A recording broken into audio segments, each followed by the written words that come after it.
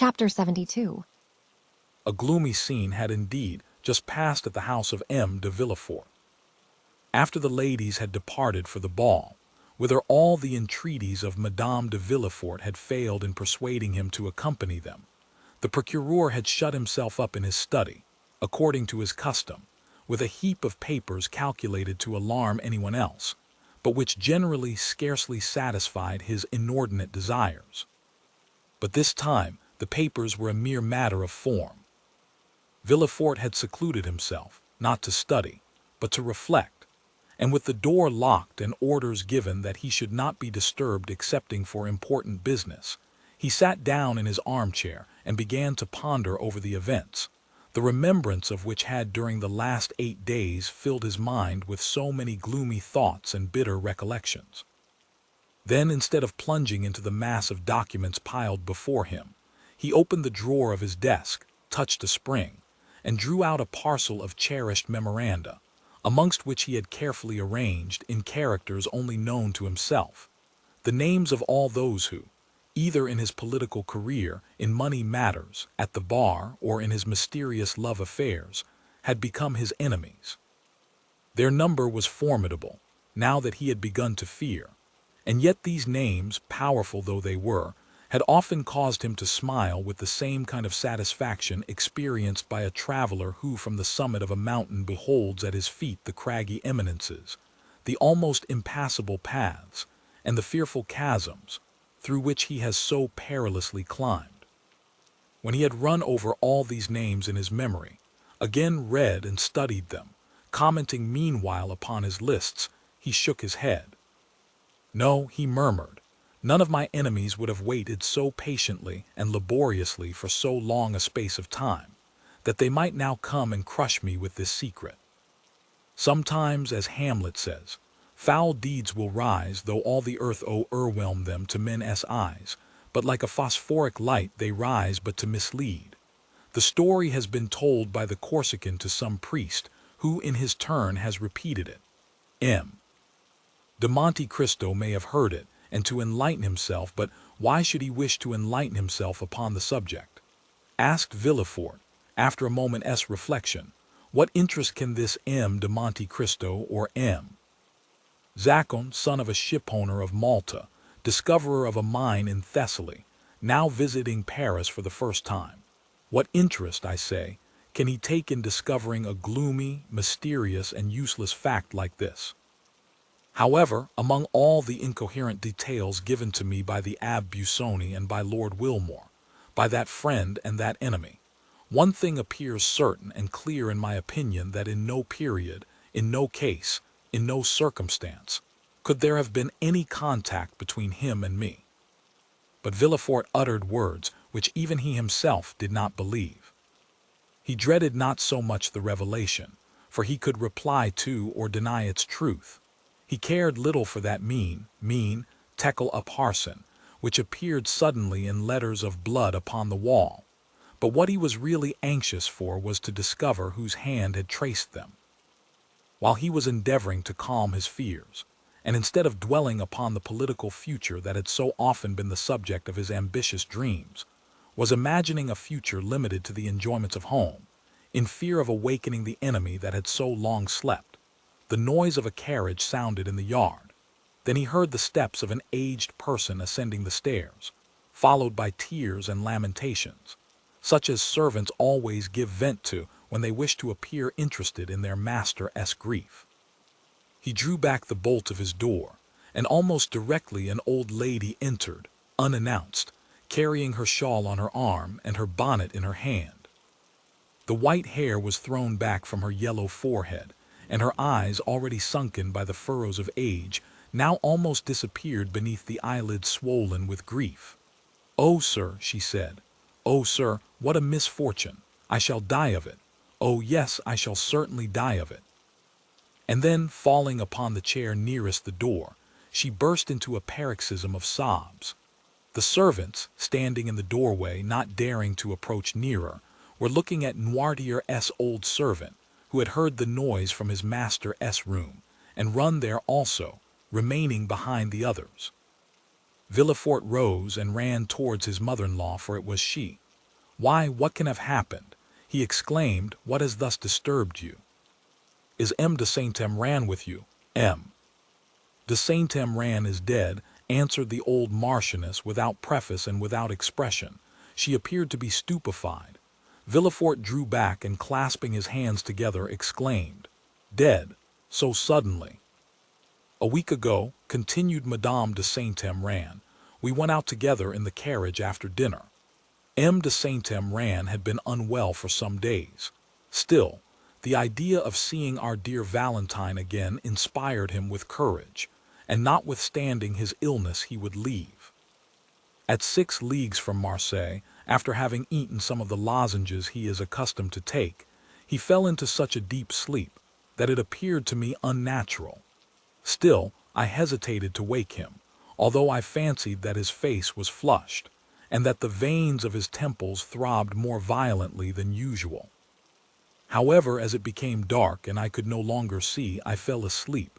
I was soon aroused by a piercing shriek, as from a person suffering in his dreams, and he suddenly threw his head back violently. I called the valet, I stopped the postilion, I spoke to M. de Saint-Emran, I applied my smelling salts, but all was over and I arrived at Aix by the side of a corpse. Villefort stood with his mouth half open, quite stupefied. "Of course you sent for a doctor?" "Immediately, but, as I have told you, it was too late." "Yes, but then he could tell of what complaint the poor Marquis had died." "Oh, yes, sir, he told me. It appears to have been an apoplectic stroke." "And what did you do then?" M. de Saint-Emran had always expressed a desire, in case his death happened during his absence from Paris, that his body might be brought to the family vault. "I had him put into a leaden coffin, and I am preceding him by a few days." "Oh, my poor mother!" Said Villefort, "to have such duties to perform at your age after such a blow. God has supported me through all. And then, my dear Marquis, he would certainly have done everything for me that I performed for him. It is true that since I left him, I seem to have lost my senses. I cannot cry. At my age they say that we have no more tears. Still I think that when one is in trouble one should have the power of weeping. Where is Valentine, sir? It is on her account I am here. I wish to see Valentine." Villefort thought it would be terrible to reply that Valentine was at a ball, so he only said that she had gone out with her stepmother, and that she should be fetched. "This instant, sir, this instant, I beseech you," said the old lady. Villefort placed the arm of Madame de Saint-Emran within his own, and conducted her to his apartment. "Rest yourself, mother," he said. The Marchioness raised her head at this word, and beholding the man who so forcibly reminded her of her deeply regretted child, who still lived for her in Valentine, she felt touched at the name of mother, and bursting into tears, she fell on her knees before an armchair, where she buried her venerable head. Villefort left her to the care of the women, while old Barrois ran, half scared, to his master. For nothing frightens old people so much as when death relaxes its vigilance over them for a moment in order to strike some other old person. Then, while Madame de Saint-Emran remained on her knees, praying fervently, Villefort sent for a cab, and went himself to fetch his wife and daughter from Madame de Morcerf's. He was so pale when he appeared at the door of the ballroom that Valentine ran to him, saying, "Oh, father, some misfortune has happened."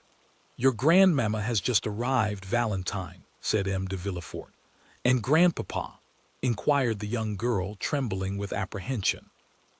M. de Villefort only replied by offering his arm to his daughter. It was just in time, for Valentine's head swam, and she staggered. Madame de Villefort instantly hastened to her assistance, and aided her husband in dragging her to the carriage, saying, "What a singular event! Who could have thought it? Ah, yes, it is indeed strange." And the wretched family departed, leaving a cloud of sadness hanging over the rest of the evening. At the foot of the stairs, Valentine found Barrois awaiting her. "M. Noirtier wishes to see you tonight," he said, in an undertone. "Tell him I will come when I leave my dear grandmamma," she replied, feeling with true delicacy that the person to whom she could be of the most service just then was Madame de Saint-Emran. Valentine found her grandmother in bed. Silent caresses, heart-wrung sobs, broken sighs, burning tears were all that passed in this sad interview, while Madame de Villefort, leaning on her husband's arm, maintained all outward forms of respect, at least towards the poor widow. She soon whispered to her husband, "I think it would be better for me to retire, with your permission, for the sight of me appears still to afflict your mother-in-law." Madame de Saint-Emran heard her. "Yes, yes," she said softly to Valentine, "let her leave, but do you stay." Madame de Villefort left, and Valentine remained alone beside the bed, for the procureur, overcome with astonishment at the unexpected death, had followed his wife. Meanwhile, Barrois had returned for the first time to old Noirtier, who, having heard the noise in the house, had, as we have said, sent his old servant to inquire the cause. On his return, his quick, intelligent eye interrogated the messenger. "Alas, sir," exclaimed Barrois, "a great misfortune has happened. Madame de Saint-Emran has arrived, and her husband is dead." M. de Saint-Emran and Noirtier had never been on strict terms of friendship. Still, the death of one old man always considerably affects another. Noirtier let his head fall upon his chest, apparently overwhelmed and thoughtful. Then he closed one eye in token of inquiry. Barrois asked, "Mademoiselle Valentine?" Noirtier nodded his head. "She is at the ball, as you know, since she came to say goodbye to you in full dress." Noirtier again closed his left eye. "Do you wish to see her?" Noirtier again made an affirmative sign. "Well, they have gone to fetch her, no doubt, from Madame de Morcerf's. I will await her return and beg her to come up here. Is that what you wish for?" "Yes," replied the invalid. Barrois, therefore, as we have seen, watched for Valentine and informed her of her grandfather's wish. Consequently, Valentine came up to Noirtier, on leaving Madame de Saint-Emran, who in the midst of her grief had at last yielded to fatigue and fallen into a feverish sleep. Within reach of her hand, they placed a small table upon which stood a bottle of orangeade, her usual beverage, and a glass. Then, as we have said, the young girl left the bedside to see M. Noirtier. Valentine kissed the old man, who looked at her with such tenderness that her eyes again filled with tears, whose sources he thought must be exhausted. The old gentleman continued to dwell upon her with the same expression. "Yes, yes," said Valentine, "you mean that I have yet a kind grandfather left, do you not?" The old man intimated that such was his meaning. "Ah, yes, happily I have," replied Valentine. "Without that, what would become of me?" It was 1 o'clock in the morning. Barrois, who wished to go to bed himself, observed that after such sad events everyone stood in need of rest. Noirtier would not say that the only rest he needed was to see his child, but wished her good night, for grief and fatigue had made her appear quite ill. The next morning she found her grandmother in bed. The fever had not abated. On the contrary, her eyes glistened, and she appeared to be suffering from violent nervous irritability. "Oh, dear grandmamma, are you worse?" exclaimed Valentine, perceiving all these signs of agitation. "No, my child, no," said Madame de Saint-Emran, "but I was impatiently waiting for your arrival that I might send for your father." "My father?" inquired Valentine uneasily. "Yes, I wish to speak to him." Valentine durst not oppose her grandmother's wish, the cause of which she did not know, and an instant afterwards Villefort entered. "Sir," said Madame de Saint-Emran, without using any circumlocution, and as if fearing she had no time to lose, "you wrote to me concerning the marriage of this child." "Yes, madame," replied Villefort. "It is not only projected but arranged. Your intended son-in-law is named M. France de Pinay." "Yes, madame. Is he not the son of General de Pinay, who was on our side, and who was assassinated some days before the usurper returned from the island of Elba?" "The same. Does he not dislike the idea of marrying the granddaughter of a Jacobin?" "Our civil dissensions are now happily extinguished, mother," said Villefort. M. de Pinay was quite a child when his father died. He knows very little of M. Noirtier and will meet him, if not with pleasure, at least with indifference. Is it a suitable match? In every respect. And the young man is regarded with universal esteem. You approve of him. He is one of the most well-bred young men I know. During the whole of this conversation, Valentine had remained silent. Well, sir, said Madame de Saint-Emran after a few minutes' reflection, I must hasten the marriage, for I have but a short time to live. You, madame, you dear mamma, exclaimed M. de Villefort and Valentine at the same time. I know what I am saying, continued the Marchioness. I must hurry you so that, as she has no mother, she may at least have a grandmother to bless her marriage. I am all that is left to her belonging to my poor Reine, whom you have so soon forgotten, sir. Ah, madame, said Villefort, you forget that I was obliged to give a mother to my child. A stepmother is never a mother, sir. But this is not to the purpose. Our business concerns Valentine. Let us leave the dead in peace. All this was said with such exceeding rapidity that there was something in the conversation that seemed like the beginning of delirium. It shall be as you wish, madame, said Villefort, more especially since your wishes coincide with mine, and as soon as M.D. Pinay arrives in Paris. My dear grandmother, interrupted Valentine, consider decorum, the recent death. You would not have me marry under such sad auspices. My child, exclaimed the old lady sharply, let us hear none of the conventional objections that deter weak minds from preparing for the future. I also was married at the deathbed of my mother, and certainly I have not been less happy on that account. Still that idea of death, madame, said Villefort. Still, always. I tell you I am going to die. Do you understand? Well, before dying, I wish to see my son-in-law. I wish to tell him to make my child happy. I wish to read in his eyes whether he intends to obey me. In fact, I will know him. I will, continued the old lady with a fearful expression, that I may rise from the depths of my grave to find him if he should not fulfill his duty. Madame, said Villefort, you must lay aside these exalted ideas which almost assume the appearance of madness. Dead, once buried in their graves, rise no more. And I tell you, sir, that you are mistaken. This night I have had a fearful sleep.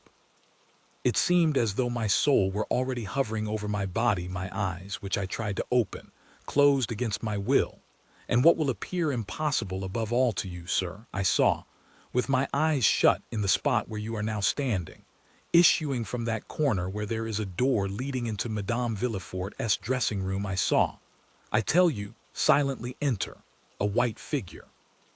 Valentine screamed. It was the fever that disturbed you, madame, said Villefort. Doubt if you please, but I am sure of what I say. I saw a white figure, and as if to prevent my discrediting the testimony of only one of my senses, I heard my glass removed, the same which is there now on the table. Oh, dear mother, it was a dream. So little was it a dream that I stretched my hand towards the bell, but when I did so, the shade disappeared. My maid then entered with a light, but she saw no one. Phantoms are visible to those only who ought to see them. It was the soul of my husband. Well, if my husband's soul can come to me, why should not my soul reappear to guard my granddaughter? The tie is even more direct, it seems to me. Oh, madame, said Villefort, deeply affected in spite of himself, do not yield to those gloomy thoughts. You will long live with us, happy, loved, and honored, and we will make you forget never, never, never, said the Marchioness. When does M.D. Pinay return? We expect him every moment. It is well. As soon as he arrives, inform me. We must be expeditious. And then I also wish to see a notary, that I may be assured that all our property returns to Valentine. Ah, grandmamma, murmured Valentine, pressing her lips on the burning brow, do you wish to kill me? Oh, how feverish you are. We must not send for a notary, but for a doctor. A doctor, said she, shrugging her shoulders. I am not ill. I am thirsty, that is all. What are you drinking, dear grandmamma? The same as usual, my dear. My glass is there on the table. Give it to me, Valentine. Valentine poured the orangeade into a glass, and gave it to her grandmother with a certain degree of dread, for it was the same glass she fancied that had been touched by the spectre. The Marchioness drained the glass at a single draught, and then turned on her pillow, repeating the notary, the notary. M. de Villefort left the room, and Valentine seated herself at the bedside of her grandmother. The poor child appeared herself to require the doctor she had recommended to her aged relative. A bright spot burned in either cheek, her respiration was short and difficult, and her pulse beat with feverish excitement. She was thinking of the despair of Maximilian, when he should be informed that Madame de Saint-Emran, instead of being an ally, was unconsciously acting as his enemy. More than once she thought of revealing all to her grandmother, and she would not have hesitated a moment if Maximilian Morrel had been named Albert de Morcerf or Raoul de Ch. Torrenaud. But Morrel was of plebeian extraction, and Valentine knew how the haughty Marquise de Saint-Emran despised all who were not noble. Her secret had each time been repressed when she was about to reveal it, by the sad conviction that it would be useless to do so, for, were it once discovered by her father and mother, all would be lost. 2 hours passed thus. Madame de Saint-Emran was in a feverish sleep, and the notary had arrived. Though his coming was announced in a very low tone, Madame de Saint-Emran arose from her pillow. "The notary," she exclaimed, "let him come in." The notary, who was at the door, immediately entered. "Go, Valentine," said Madame de Saint-Emran, "and leave me with this gentleman. But, grandmamma, leave me go." The young girl kissed her grandmother and left with her handkerchief to her eyes. At the door she found the valet de chambre, who told her that the doctor was waiting in the dining room. Valentine instantly ran down. The doctor was a friend of the family, and at the same time one of the cleverest men of the day, and very fond of Valentine, whose birth he had witnessed. He had himself a daughter about her age, but whose life was one continued source of anxiety and fear to him from her mother having been consumptive. "Oh," said Valentine, "we have been waiting for you with such impatience, dear M. d'Avrigny. But first of all, how are Madeleine and Antoinette?" Madeleine was the daughter of M. d'Avrigny, and Antoinette his niece. M. d'Avrigny smiled sadly. "Antoinette is very well," he said, "and Madeleine tolerably so. But you sent for me, my dear child. It is not your father or Madame de Villefort who is ill. As for you, although we doctors cannot divest our patients of nerves, I fancy you have no further need of me than to recommend you not to allow your imagination to take too wide a field." Valentine colored. M. d'Avrigny carried the science of divination almost to a miraculous extent, for he was one of the physicians who always work upon the body through the mind. "No," she replied, "it is for my poor grandmother. You know the calamity that has happened to us, do you not?" "I know nothing," said M. d'Avrigny. "Alas," said Valentine, restraining her tears, "my grandfather is dead."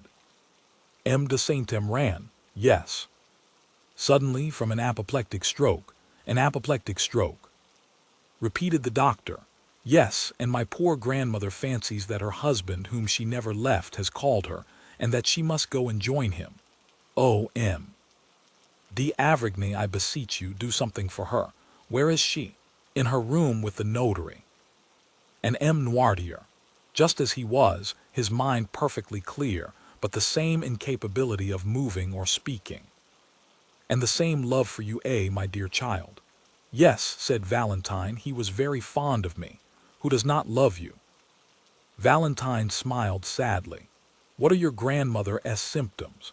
"An extreme nervous excitement and a strangely agitated sleep. She fancied this morning in her sleep that her soul was hovering above her body, which she at the same time watched. It must have been delirium. She fancies, too, that she saw a phantom enter her chamber and even heard the noise it made on touching her glass." "It is singular," said the doctor.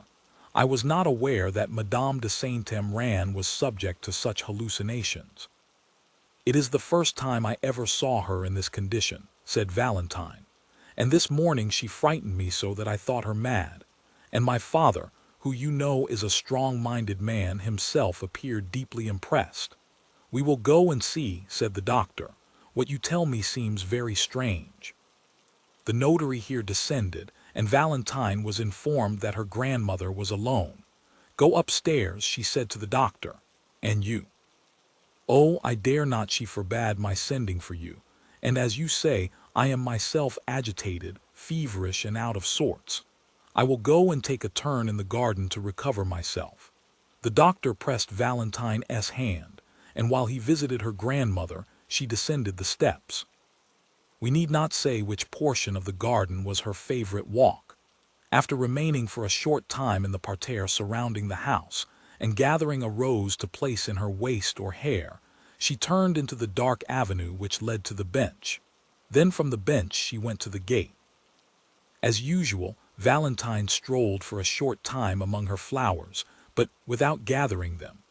The mourning in her heart forbade her assuming this simple ornament, though she had not yet had time to put on the outward semblance of woe. She then turned towards the avenue. As she advanced, she fancied she heard a voice speaking her name. She stopped astonished. Then the voice reached her ear more distinctly, and she recognized it to be that of Maximilian. Chapter 73. It was indeed Maximilian Morel, who had passed a wretched existence since the previous day. With the instinct peculiar to lovers, he had anticipated, after the return of Madame de Saint-Emran and the death of the Marquis, that something would occur at M. de Villefort's in connection with his attachment for Valentine. His presentiments were realized, as we shall see, and his uneasy forebodings had goaded him pale and trembling to the gate under the chestnut trees.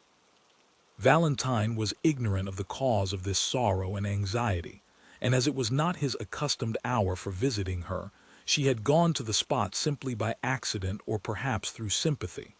Morel called her, and she ran to the gate. "You here at this hour?" said she. "Yes, my poor girl," replied Morel. "I come to bring and to hear bad tidings." "This is indeed a house of mourning," said Valentine.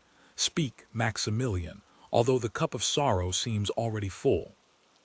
"Dear Valentine," said Morel, endeavoring to conceal his own emotion, "listen, I entreat you.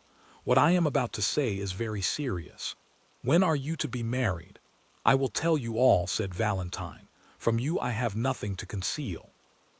This morning the subject was introduced, and my dear grandmother, on whom I depended as my only support, not only declared herself favorable to it, but is so anxious for it, that they only await the arrival of M.D. Pinay, and the following day the contract will be signed. A deep sigh escaped the young man, who gazed long and mournfully at her he loved. "Alas," replied he, "it is dreadful thus to hear my condemnation from your own lips. The sentence is passed, and in a few hours will be executed. It must be so, and I will not endeavor to prevent it. But since you say nothing remains but for M.D. Pinay to arrive that the contract may be signed, and the following day you will be his. Tomorrow you will be engaged to M.D. Pinay, for he came this morning to Paris." Valentine uttered a cry. "I was at the house of Monte Cristo an hour since," said Morel. "We were speaking, he of the sorrow your family had experienced, and I of your grief, when a carriage rolled into the courtyard. Never till then had I placed any confidence in presentiments, but now I cannot help believing them, Valentine. At the sound of that carriage I shuddered. Soon I heard steps on the staircase, which terrified me as much as the footsteps of the commander did Don Juan. The door at last opened. Albert de Morcerf entered first, and I began to hope my fears were vain, when after him another young man advanced, and the Count exclaimed, 'Ah, here is the Baron Franz de Pinay.' I summoned all my strength and courage to my support. Perhaps I turned pale and trembled, but certainly I smiled, and 5 minutes after I left, without having heard one word that had passed. 'Poor Maximilian,' murmured Valentine. 'Valentine, the time has arrived when you must answer me, and remember my life depends on your answer. What do you intend doing?' Valentine held down her head. She was overwhelmed. 'Listen,' said Morel. It is not the first time you have contemplated our present position, which is a serious and urgent one. I do not think it is a moment to give way to useless sorrow. Leave that for those who like to suffer at their leisure and indulge their grief in secret. There are such in the world, and God will doubtless reward them in heaven for their resignation on earth. But those who mean to contend must not lose one precious moment, but must return immediately the blow which fortune strikes. Do you intend to struggle against our ill fortune? Tell me, Valentine, for it is that I came to know. Valentine trembled and looked at him with amazement. The idea of resisting her father, her grandmother, and all the family had never occurred to her. What do you say, Maximilian? Asked Valentine. What do you mean by a struggle? Oh, it would be a sacrilege. What? I resist my father's order and my dying grandmother's wish. Impossible, Morel started. You are too noble not to understand me, and you understand me so well that you already yield, dear Maximilian. No, no, I shall need all my strength to struggle with myself and support my grief in secret, as you say. But to grieve my father, to disturb my grandmother's last moments, never. You are right, said Morel calmly. In what a tone you speak, cried Valentine. I speak as one who admires you, mademoiselle. Mademoiselle, cried Valentine, mademoiselle. Oh, selfish man, he sees me in despair and pretends he cannot understand me. You mistake, I understand you perfectly. You will not oppose M. Villefort, you will not displease the Marchioness, and tomorrow you will sign the contract which will bind you to your husband. But mon Dieu, tell me, how can I do otherwise? Do not appeal to me, mademoiselle. I shall be a bad judge in such a case. My selfishness will blind me, replied Morel, whose low voice and clenched hands announced his growing desperation. What would you have proposed, Maximilian, had you found me willing to accede? It is not for me to say. You are wrong. You must advise me what to do. Do you seriously ask my advice, Valentine? Certainly, dear Maximilian, for if it is good, I will follow it. You know my devotion to you. Valentine, said Morel, pushing aside a loose plank, give me your hand in token of forgiveness of my anger. My senses are confused, and during the last hour the most extravagant thoughts have passed through my brain. Oh, if you refuse my advice, what do you advise? Said Valentine, raising her eyes to heaven and sighing. I am free, replied Maximilian, and rich enough to support you.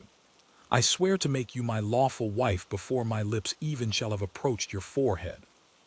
You make me tremble, said the young girl. Follow me, said Morel. I will take you to my sister, who is worthy also to be yours. We will embark for Algiers, for England, for America, or, if you prefer it, retire to the country and only return to Paris when our friends have reconciled your family. Valentine shook her head. I feared it, Maximilian, said she. It is the counsel of a madman, and I should be more mad than you, did I not stop you at once with the word impossible, Morel, impossible. You will then submit to what fate decrees for you without even attempting to contend with it, said Morel sorrowfully. Yes, if I die. Well, Valentine, resumed Maximilian, I can only say again that you are right. Truly, it is I who am mad, and you prove to me that passion blinds the most well-meaning. I appreciate your calm reasoning. It is then understood that tomorrow you will be irrevocably promised to M. France de Pinay, not only by that theatrical formality invented to heighten the effect of a comedy called the signature of the contract, but your own will. Again you drive me to despair, Maximilian, said Valentine. Again you plunge the dagger into the wound. What would you do, tell me, if your sister listened to such a proposition? Mademoiselle, replied Morel with a bitter smile, I am selfish, you have already said so, and as a selfish man I think not of what others would do in my situation, but of what I intend doing myself. I think only that I have known you not a whole year. From the day I first saw you, all my hopes of happiness have been in securing your affection. One day you acknowledged that you loved me, and since that day my hope of future happiness has rested on obtaining you, for to gain you would be life to me. Now I think no more. I say only that fortune has turned against me. I had thought to gain heaven, and now I have lost it. It is an everyday occurrence for a gambler to lose not only what he possesses, but also what he has not. Morrel pronounced these words with perfect calmness. Valentine looked at him a moment with her large, scrutinizing eyes, endeavoring not to let Morrel discover the grief which struggled in her heart. "But in a word, what are you going to do?" asked she. "I am going to have the honor of taking my leave of you, mademoiselle, solemnly assuring you that I wish your life may be so calm, so happy, and so fully occupied, that there may be no place for me even in your memory." "Oh," murmured Valentine.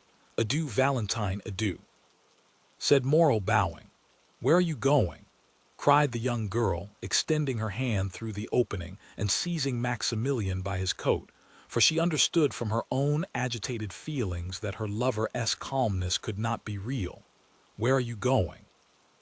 "I am going that I may not bring fresh trouble into your family, and to set an example which every honest and devoted man, situated as I am, may follow.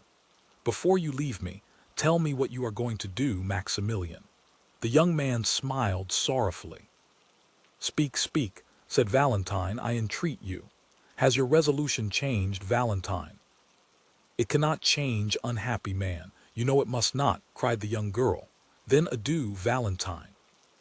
Valentine shook the gate with a strength of which she could not have been supposed to be possessed, as Morrel was going away, and passing both her hands through the opening, she clasped and wrung them. "I must know what you mean to do," said she. "Where are you going?" "Oh, fear not," said Maximilian, stopping at a short distance. "I do not intend to render another man responsible for the rigorous fate reserved for me. Another might threaten to seek France to provoke him and to fight with him. All that would be folly. What has France to do with it? He saw me this morning for the first time, and has already forgotten he has seen me. He did not even know I existed when it was arranged by your two families that you should be united. I have no enmity against France, and promise you the punishment shall not fall on him. On whom, then? On me. On you, Valentine. Oh, heaven forbid. Woman is sacred. The woman one loves is holy. On yourself, then, unhappy man, on yourself. I am the only guilty person, am I not?" said Maximilian. "Maximilian," said Valentine. "Maximilian, come back, I entreat you." He drew near with his sweet smile, and but for his paleness, one might have thought him in his usual happy mood. "Listen, my dear, my adored Valentine," said he in his melodious and grave tone. "Those who, like us, have never had a thought for which we need blush before the world, such may read each other's hearts. I never was romantic, and am no melancholy hero. I imitate neither Manfred nor Anthony, but without words, protestations, or vows, my life has entwined itself with yours. You leave me, and you are right in doing so. I repeat it, you are right. But in losing you, I lose my life.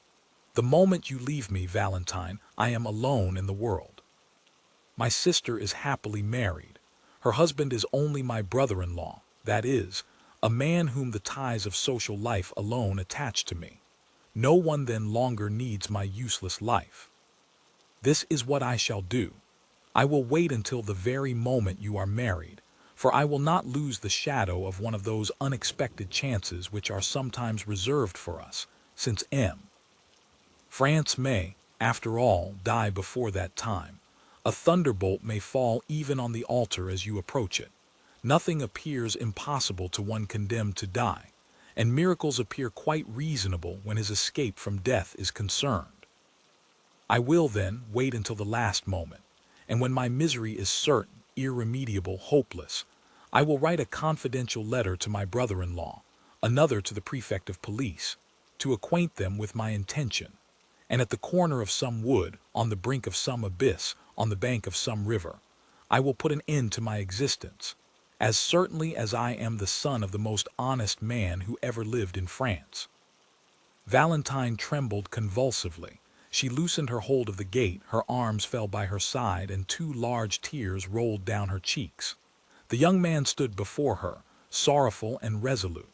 "Oh, for pity's sake," said she, "you will live, will you not?" "No, on my honor," said Maximilian, "but that will not affect you. You have done your duty, and your conscience will be at rest." Valentine fell on her knees and pressed her almost bursting heart. "Maximilian," said she, "Maximilian, my friend, my brother on earth, my true husband in heaven, I entreat you, do as I do, live in suffering. Perhaps we may one day be united." "Adieu, Valentine," repeated Moral.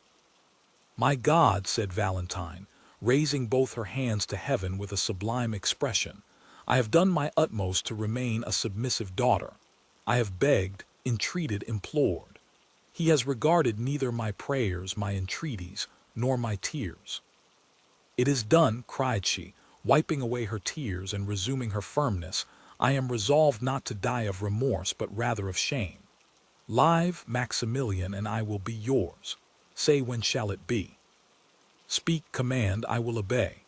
Moral, who had already gone some few steps away, again returned, and pale with joy extended both hands towards Valentine through the opening. "Valentine," said he, "dear Valentine, you must not speak thus, rather let me die. Why should I obtain you by violence if our love is mutual? Is it from mere humanity you bid me live? I would then rather die." "Truly," murmured Valentine, "who on this earth cares for me if he does not? Who has consoled me in my sorrow but he? On whom do my hopes rest? On whom does my bleeding heart repose? On him, always on him. Yes, you are right, Maximilian, I will follow you. I will leave the paternal home, I will give up all." "Oh, ungrateful girl that I am," cried Valentine, sobbing, "I will give up all, even my dear old grandfather, whom I had nearly forgot." "No," said Maximilian, "you shall not leave him. M. Noirtier has evinced, you say, a kind feeling towards me. Well, before you leave, tell him all. His consent would be your justification in God's sight. As soon as we are married, he shall come and live with us. Instead of 1 child, he shall have 2. You have told me how you talk to him and how he answers you. I shall very soon learn that language by signs, Valentine, and I promise you solemnly that instead of despair, it is happiness that awaits us. Oh, see, Maximilian, see the power you have over me. You almost make me believe you. And yet, what you tell me is madness, for my father will curse me, he is inflexible, he will never pardon me. Now listen to me, Maximilian. If by artifice, by entreaty, by accident, in short, if by any means I can delay this marriage, will you wait? Yes, I promise you, as faithfully as you have promised me, that this horrible marriage shall not take place, and that if you are dragged before a magistrate or a priest, you will refuse. I promise you by all that is most sacred to me in the world, namely, by my mother." "We will wait then," said Moral. "Yes, we will wait," replied Valentine, who revived at these words. "There are so many things which may save unhappy beings such as we are." "I rely on you, Valentine," said Moral. "All you do will be well done. Only if they disregard your prayers, if your father and Madame de Saint-Rand insist that M. D. Pinay should be called tomorrow to sign the contract, then you have my promise, Maximilian, instead of signing. I will go to you and we will fly.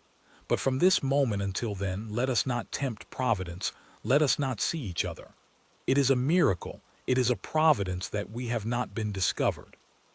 If we were surprised, if it were known that we met thus, we should have no further resource. You are right, Valentine, but how shall I ascertain? From the notary, M. Deschamps. I know him, and for myself I will write to you, depend on me. I dread this marriage, Maximilian, as much as you. Thank you, my adored Valentine, thank you, that is enough. When once I know the hour, I will hasten to this spot. You can easily get over this fence with my assistance. A carriage will await us at the gate, in which you will accompany me to my sister S. There living, retired or mingling in society, as you wish, we shall be enabled to use our power to resist oppression, and not suffer ourselves to be put to death like sheep, which only defend themselves by sighs. "Yes," said Valentine, "I will now acknowledge you are right, Maximilian. And now are you satisfied with your betrothal?" said the young girl sorrowfully. "My adored Valentine, words cannot express one half of my satisfaction." Valentine had approached, or rather, had placed her lips so near the fence that they nearly touched those of Morel, which were pressed against the other side of the cold and inexorable barrier. "Adieu, then, till we meet again," said Valentine, tearing herself away. "I shall hear from you." "Yes, thanks, dear love, adieu." The sound of a kiss was heard, and Valentine fled through the avenue. Morel listened to catch the last sound of her dress brushing the branches, and of her footstep on the gravel, then raised his eyes with an ineffable smile of thankfulness to heaven for being permitted to be thus loved, and then also disappeared. The young man returned home and waited all the evening and all the next day without getting any message. It was only on the following day, at about 10 o'clock in the morning, as he was starting to call on M. Deschamps the notary, that he received from the postman a small billet which he knew to be from Valentine, although he had not before seen her writing.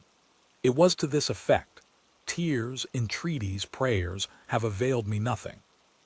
Yesterday, for 2 hours, I was at the church of Saint Philippe du Roule, and for 2 hours I prayed most fervently. Heaven is as inflexible as man, and the signature of the contract is fixed for this evening at 9 o'clock. I have but one promise and but one heart to give. That promise is pledged to you, that heart is also yours. This evening, then, at 8:45 at the gate, your betrothed, Valentine de Villefort. P.S. My poor grandmother gets worse and worse. Yesterday her fever amounted to delirium. Today her delirium is almost madness. You will be very kind to me, will you not, Morel, to make me forget my sorrow in leaving her thus? I think it is kept a secret from Grandpapa Noirtier that the contract is to be signed this evening." Morel went also to the notary, who confirmed the news that the contract was to be signed that evening. Then he went to call on Monte Cristo and heard still more. France had been to announce the ceremony, and Madame de Villefort had also written to beg the Count to excuse her not inviting him. The death of M. de Saint-Em ran, and the dangerous illness of his widow, would cast a gloom over the meeting which she would regret should be shared by the Count, whom she wished every happiness. The day before, France had been presented to Madame de Saint-Em, who had left her bed to receive him, but had been obliged to return to it immediately after. It is easy to suppose that Morel's agitation would not escape the Count's penetrating eye. Monte Cristo was more affectionate than ever. Indeed, his manner was so kind that several times Morel was on the point of telling him all, but he recalled the promise he had made to Valentine and kept his secret. The young man read Valentine's letter 20 times in the course of the day. It was her first, and on what an occasion! Each time he read it, he renewed his vow to make her happy. How great is the power of a woman who has made so courageous a resolution! What devotion does she deserve from him for whom she has sacrificed everything? How ought she really to be supremely loved? She becomes at once a queen and a wife, and it is impossible to thank and love her sufficiently. Morel longed intensely for the moment when he should hear Valentine say, "Here I am, Maximilian, come and help me." He had arranged everything for her escape. 2 ladders were hidden in the clover field. A cabriolet was ordered for Maximilian alone, without a servant, without lights. At the turning of the first street they would light the lamps, as it would be foolish to attract the notice of the police by too many precautions. Occasionally he shuddered. He thought of the moment when, from the top of that wall, he should protect the descent of his dear Valentine, pressing in his arms for the first time her of whom he had yet only kissed the delicate hand. When the afternoon arrived and he felt that the hour was drawing near, he wished for solitude. His agitation was extreme. A simple question from a friend would have irritated him. He shut himself in his room and tried to read, but his eye glanced over the page without understanding a word, and he threw away the book, and for the second time sat down to sketch his plan, the ladders and the fence. At length the hour drew near. Never did a man deeply in love allow the clocks to go on peacefully. Morrel tormented his so effectually that they struck 8 at 6:30. He then said, "It is time to start." The signature was indeed fixed to take place at 9 o'clock, but perhaps Valentine will not wait for that. Consequently, Morrel, having left the Rue Meslay at 8:30 by his timepiece, entered the clover field while the clock of Saint Philippe du Roule was striking 8. The horse and cabriolet were concealed behind a small ruin, where Morrel had often waited. The night gradually drew on, and the foliage in the garden assumed a deeper hue. Then Morrel came out from his hiding place with a beating heart, and looked through the small opening in the gate. There was yet no one to be seen. The clock struck 8:30, and still another half hour was passed in waiting, while Morrel walked to and fro, and gazed more and more frequently through the opening. The garden became darker still, but in the darkness he looked in vain for the white dress, and in the silence he vainly listened for the sound of footsteps. The house, which was discernible through the trees, remained in darkness, and gave no indication that so important an event as the signature of a marriage contract was going on. Morrel looked at his watch, which wanted 9:15, but soon the same clock he had already heard strike 2 or 3 times rectified the error by striking 9:30. This was already half an hour past the time Valentine had fixed. It was a terrible moment for the young man. The slightest rustling of the foliage, the least whistling of the wind, attracted his attention and drew the perspiration to his brow. Then he tremblingly fixed his ladder, and not to lose a moment, placed his foot on the first step. Amidst all these alternations of hope and fear, the clock struck 10. "It is impossible," said Maximilian, "that the signing of a contract should occupy so long a time without unexpected interruptions. I have weighed all the chances, calculated the time required for all the forms. Something must have happened." And then he walked rapidly to and fro and pressed his burning forehead against the fence. Had Valentine fainted? Or had she been discovered and stopped in her flight? These were the only obstacles which appeared possible to the young man. The idea that her strength had failed her in attempting to escape, and that she had fainted in one of the paths, was the one that most impressed itself upon his mind. "In that case," said he, "I should lose her, and by my own fault." He dwelt on this idea for a moment, then it appeared reality. He even thought he could perceive something on the ground at a distance. He ventured to call, and it seemed to him that the wind wafted back an almost inarticulate sigh. At last the half-hour struck. It was impossible to wait longer. His temples throbbed violently. His eyes were growing dim. He passed one leg over the wall, and in a moment leaped down on the other side. He was on Villefort's premises, had arrived there by scaling the wall. What might be the consequences? However, he had not ventured thus far to draw back. He followed a short distance close under the wall, then crossed a path, entered a clump of trees. In a moment he had passed through them, and could see the house distinctly. Then Morrel saw that he had been right in believing that the house was not illuminated. Instead of lights at every window, as is customary on days of ceremony, he saw only a gray mass, which was veiled also by a cloud, which at that moment obscured the moon's feeble light. A light moved rapidly from time to time past 3 windows of the second floor. These 3 windows were in Madame de Saint-Méran's room. Another remained motionless behind some red curtains which were in Madame de Villefort's bedroom. Morrel guessed all this. So many times, in order to follow Valentine in thought at every hour in the day, had he made her describe the whole house, that without having seen it he knew it all. This darkness and silence alarmed Morrel still more than Valentine's absence had done. Almost mad with grief, and determined to venture everything in order to see Valentine once more, and be certain of the misfortune he feared, Morrel gained the edge of the clump of trees, and was going to pass as quickly as possible through the flower garden, when the sound of a voice, still at some distance, but which was borne upon the wind, reached him. At this sound, as he was already partially exposed to view, he stepped back and concealed himself completely, remaining perfectly motionless. He had formed his resolution.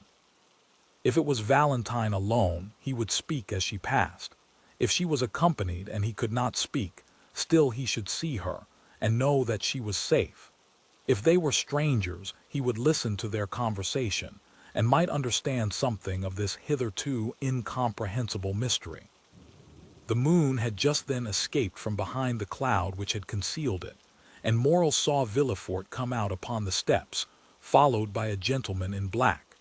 They descended and advanced towards the clump of trees, and Morrel soon recognized the other gentleman as Dr. d'Avrigny.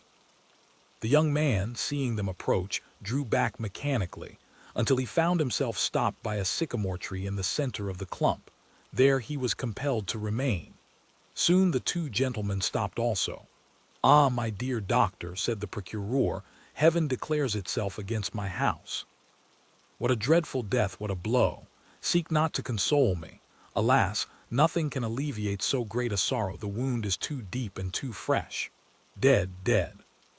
The cold sweat sprang to the young man's brow, and his teeth chattered. Who could be dead in that house, which Villefort himself had called accursed? "My dear M. de Villefort," replied the doctor, with a tone which redoubled the terror of the young man, "I have not led you here to console you. On the contrary, what can you mean?" asked the procureur, alarmed. "I mean that behind the misfortune which has just happened to you, there is another, perhaps still greater." "Can it be possible?" murmured Villefort, clasping his hands. "What are you going to tell me? Are we quite alone, my friend?" "Yes, quite, but why all these precautions?" "Because I have a terrible secret to communicate to you," said the doctor. "Let us sit down." Villefort fell rather than seated himself. The doctor stood before him with one hand placed on his shoulder. Morrel, horrified, supported his head with one hand, and with the other pressed his heart, lest its beating should be heard. "Dead, dead," repeated he within himself, and he felt as if he were also dying. "Speak, doctor, I am listening," said Villefort. "Strike, I am prepared for everything." Madame de Saint-Méran was, doubtless, advancing in years, but she enjoyed excellent health. Morrel began again to breathe freely, which he had not done during the last 10 minutes. "Grief has consumed her," said Villefort. "Yes, grief, doctor. After living 40 years with the Marquis, it is not grief, my dear Villefort," said the doctor. "Grief may kill, although it rarely does, and never in a day, never in an hour, never in 10 minutes. Villefort answered nothing. He simply raised his head, which had been cast down before, and looked at the doctor with amazement.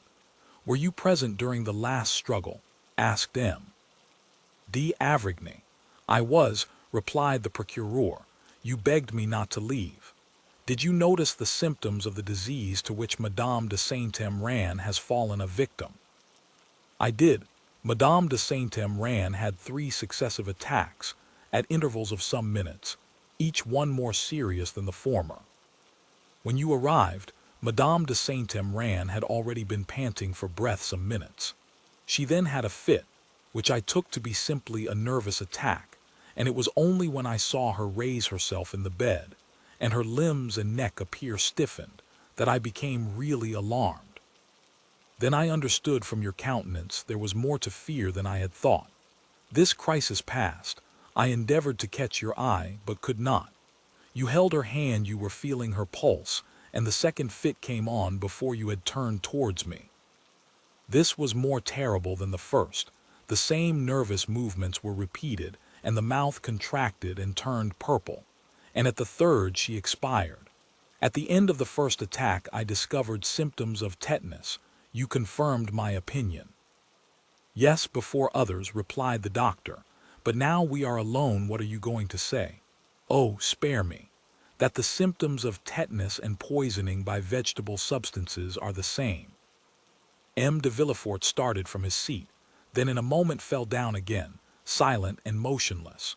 Morel knew not if he were dreaming or awake. "Listen," said the doctor. "I know the full importance of the statement I have just made, and the disposition of the man to whom I have made it. Do you speak to me as a magistrate or as a friend?" asked Villefort. "As a friend, and only as a friend at this moment. The similarity in the symptoms of tetanus and poisoning by vegetable substances is so great, that were I obliged to affirm by oath what I have now stated, I should hesitate. I therefore repeat to you, I speak not to a magistrate but to a friend. And to that friend I say, during the 3/4 of an hour that the struggle continued, I watched the convulsions and the death of Madame de Saint-Méran, and am thoroughly convinced that not only did her death proceed from poison, but I could also specify the poison. Can it be possible? The symptoms are marked, do you see? Sleep broken by nervous spasms, excitation of the brain, torpor of the nerve centers. Madame de Saint-Méran succumbed to a powerful dose of brucine or of strychnine, which by some mistake perhaps has been given to her." Villefort seized the doctor's hand. "Oh, it is impossible," said he. "I must be dreaming. It is frightful to hear such things from such a man as you. Tell me, I entreat you, my dear doctor, that you may be deceived. Doubtless I may, but I do not think so. Have pity on me, doctor. So many dreadful things have happened to me lately that I am on the verge of madness. Has anyone besides me seen Madame de Saint-Méran? Number has anything been sent for from a chemist that I have not examined? Nothing. Had Madame de Saint-Méran any enemies? Not to my knowledge. Would her death affect anyone's interest? It could not indeed. My daughter is her only heiress, Valentine alone. Oh, if such a thought could present itself, I would stab myself to punish my heart for having for one instant harbored it. Indeed, my dear friend, said M. d'Avrigny, I would not accuse anyone. I speak only of an accident, you understand, of a mistake, but whether accident or mistake, the fact is there. It is on my conscience and compels me to speak aloud to you. Make inquiry. Of whom? How? Of what? May not Berrois, the old servant, have made a mistake, and have given Madame de Saint-Méran a dose prepared for his master? For my father, yes, but how could a dose prepared for M. Noirtier poisoned Madame de Saint-Méran? Nothing is more simple. You know poisons become remedies in certain diseases, of which paralysis is one. For instance, having tried every other remedy to restore movement and speech to M. Noirtier, I resolved to try one last means, and for 3 months I have been giving him brucine, so that in the last dose I ordered for him there were 6 grains. This quantity, which is perfectly safe to administer to the paralyzed frame of M. Noirtier, which has become gradually accustomed to it, would be sufficient to kill another person. My dear doctor, there is no communication between M. Noirtier's apartment and that of Madame de Saint-Méran, and Berrois never entered my mother-in-law's room. In short, doctor, although I know you to be the most conscientious man in the world, and although I place the utmost reliance in you, I want, notwithstanding my conviction, to believe this axiom: ere humanum est, is there one of my brethren in whom you have equal confidence with myself? Why do you ask me that? What do you wish? Send for him. I will tell him what I have seen, and we will consult together and examine the body. And you will find traces of poison. No, I did not say of poison, but we can prove what was the state of the body. We shall discover the cause of her sudden death, and we shall say, dear Villefort, if this thing has been caused by negligence, watch over your servants. If from hatred, watch your enemies. What do you propose to me, d'Avrigny? Said Villefort in despair. So soon as another is admitted into our secret, an inquest will become necessary, and an inquest in my house impossible. Still, continued the procureur, looking at the doctor with uneasiness, if you wish it, if you demand it, why then it shall be done. But doctor, you see me already so grieved, how can I introduce into my house so much scandal, after so much sorrow? My wife and my daughter would die of it. And I, doctor, you know, a man does not arrive at the post I occupy. One has not been King's attorney 25 years without having amassed a tolerable number of enemies. Mine are numerous. Let this affair be talked of. It will be a triumph for them, which will make them rejoice and cover me with shame. Pardon me, doctor, these worldly ideas. Were you a priest, I should not dare tell you that, but you are a man and you know mankind. Doctor, pray recall your words. You have said nothing, have you? My dear M. de Villefort, replied the doctor, my first duty is to humanity. I would have saved Madame de Saint-Emran if science could have done it, but she is dead, and my duty regards the living. Let us bury this terrible secret in the deepest recesses of our hearts. I am willing, if anyone should suspect this, that my silence on the subject should be imputed to my ignorance. Meanwhile, sir, always watch carefully, for perhaps the evil may not stop here. And when you have found the culprit, if you find him, I will say to you, you are a magistrate, do as you will. I thank you, doctor, said Villefort with indescribable joy. I never had a better friend than you. And as if he feared Dr. d'Avrigny would recall his promise, he hurried him towards the house.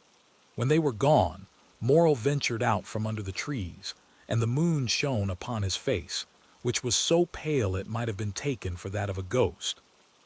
I am manifestly protected in a most wonderful but most terrible manner, said he. But Valentine, poor girl, how will she bear so much sorrow? As he thought thus, he looked alternately at the window with red curtains and the 3 windows with white curtains. The light had almost disappeared from the former. Doubtless Madame de Villefort had just put out her lamp, and the night lamp alone reflected its dull light on the window. At the extremity of the building, on the contrary, he saw one of the 3 windows open. A wax light placed on the mantelpiece threw some of its pale rays without, and a shadow was seen for one moment on the balcony. Morrel shuddered. He thought he heard a sob. It cannot be wondered at that his mind, generally so courageous, but now disturbed by the 2 strongest human passions, love and fear, was weakened even to the indulgence of superstitious thoughts. Although it was impossible that Valentine should see him, hidden as he was, he thought he heard the shadow at the window call him. His disturbed mind told him so.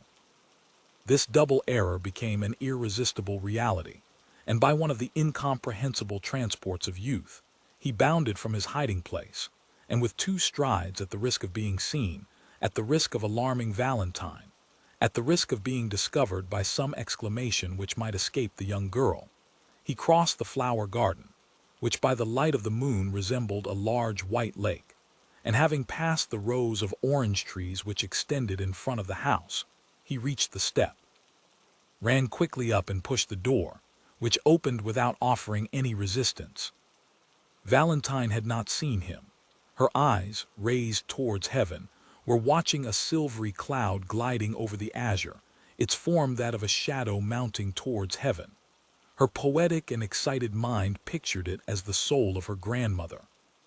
Meanwhile, Morrel had traversed the anteroom and found the staircase, which, being carpeted, prevented his approach being heard, and he had regained that degree of confidence that the presence of M. de Villefort even would not have alarmed him. He was quite prepared for any such encounter.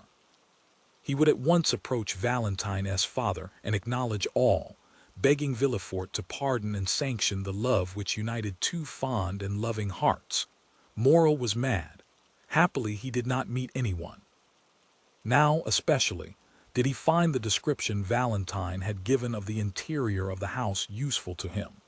He arrived safely at the top of the staircase, and while he was feeling his way, a sob indicated the direction he was to take. He turned back. A door partly open enabled him to see his road and to hear the voice of one in sorrow. He pushed the door open and entered. At the other end of the room, under a white sheet which covered it, lay the corpse, still more alarming to Morrel since the account he had so unexpectedly overheard. By its side, on her knees, and with her head buried in the cushion of an easy chair, was Valentine, trembling and sobbing, her hands extended above her head, clasped and stiff. She had turned from the window, which remained open, and was praying in accents that would have affected the most unfeeling.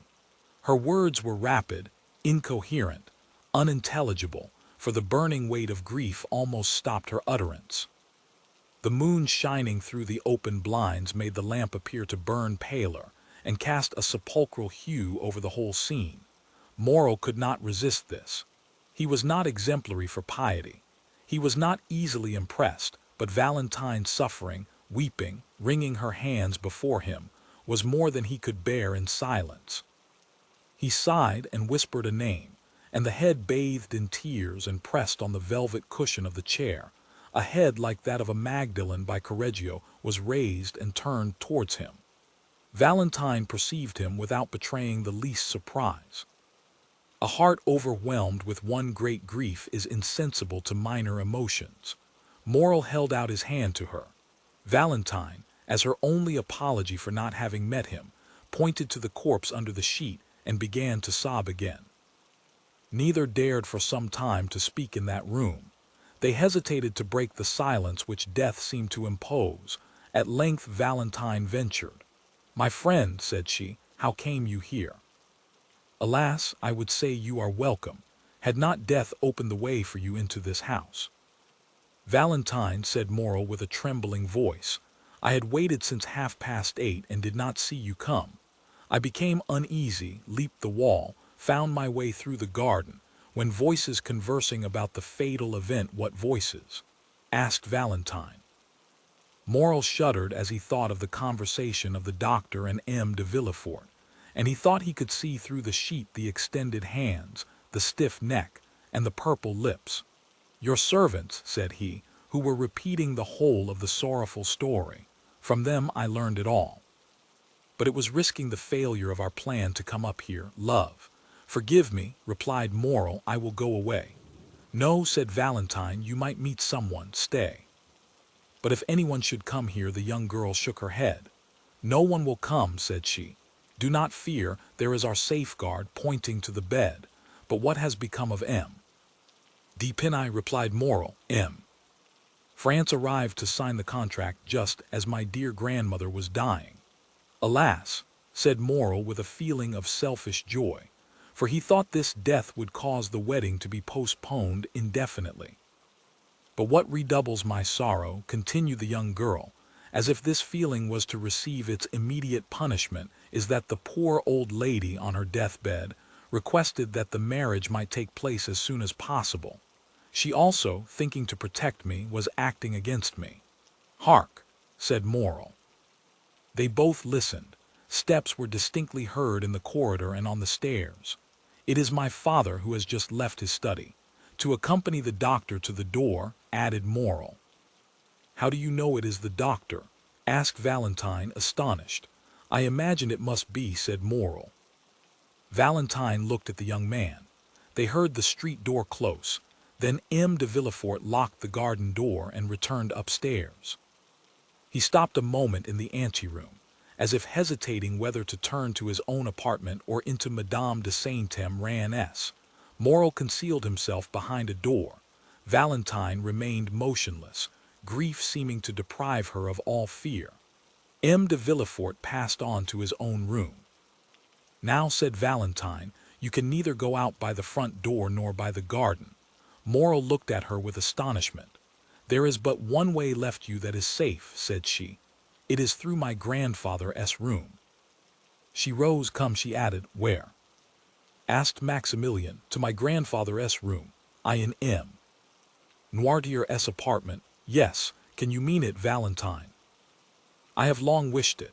He is my only remaining friend, and we both need his help. Come." "Be careful, Valentine," said Morel, hesitating to comply with the young girl's wishes. "I now see my error. I acted like a madman in coming in here." "Are you sure you are more reasonable?" "Yes," said Valentine, "and I have but one scruple, that of leaving my dear grandmother's remains, which I had undertaken to watch." "Valentine," said Morel, "death is in itself sacred." "Yes," said Valentine, "besides, it will not be for long." She then crossed the corridor and led the way down a narrow staircase to M. Noirtier's room. Morel followed her on tiptoe. At the door they found the old servant. "Barrois," said Valentine, "shut the door and let no one come in." She passed first. Noirtier, seated in his chair and listening to every sound, was watching the door. He saw Valentine and his eye brightened. There was something grave and solemn in the approach of the young girl which struck the old man, and immediately his bright eye began to interrogate. "Dear grandfather," said she hurriedly, "you know poor grandmamma died an hour since, and now I have no friend in the world but you." His expressive eyes evinced the greatest tenderness. "To you alone, then, may I confide my sorrows and my hopes." The paralytic motioned yes. Valentine took Maximilian's hand. "Look attentively, then, at this gentleman." The old man fixed his scrutinizing gaze with slight astonishment on Morel. "It is M. Maximilian Morel," said she, "the son of that good merchant of Marseille, whom you doubtless recollect." "Yes," said the old man. "He brings an irreproachable name, which Maximilian is likely to render glorious, since at 30 years of age he is a captain, an officer of the Legion of Honor." The old man signified that he recollected him. "Well, grandpapa," said Valentine, kneeling before him and pointing to Maximilian, "I love him and will be only his. Were I compelled to marry another, I would destroy myself." The eyes of the paralytic expressed a multitude of tumultuous thoughts. "You like M. Maximilian Morel, do you not, grandpapa?" asked Valentine. "Yes, and you will protect us, who are your children, against the will of my father." Noirtier cast an intelligent glance at Morel, as if to say, "Perhaps I may." Maximilian understood him. "Mademoiselle," said he, "you have a sacred duty to fulfill in your deceased grandmother's room. Will you allow me the honor of a few minutes' conversation with M. Noirtier?" "That is it," said the old man's eye. Then he looked anxiously at Valentine. "Do you fear he will not understand?"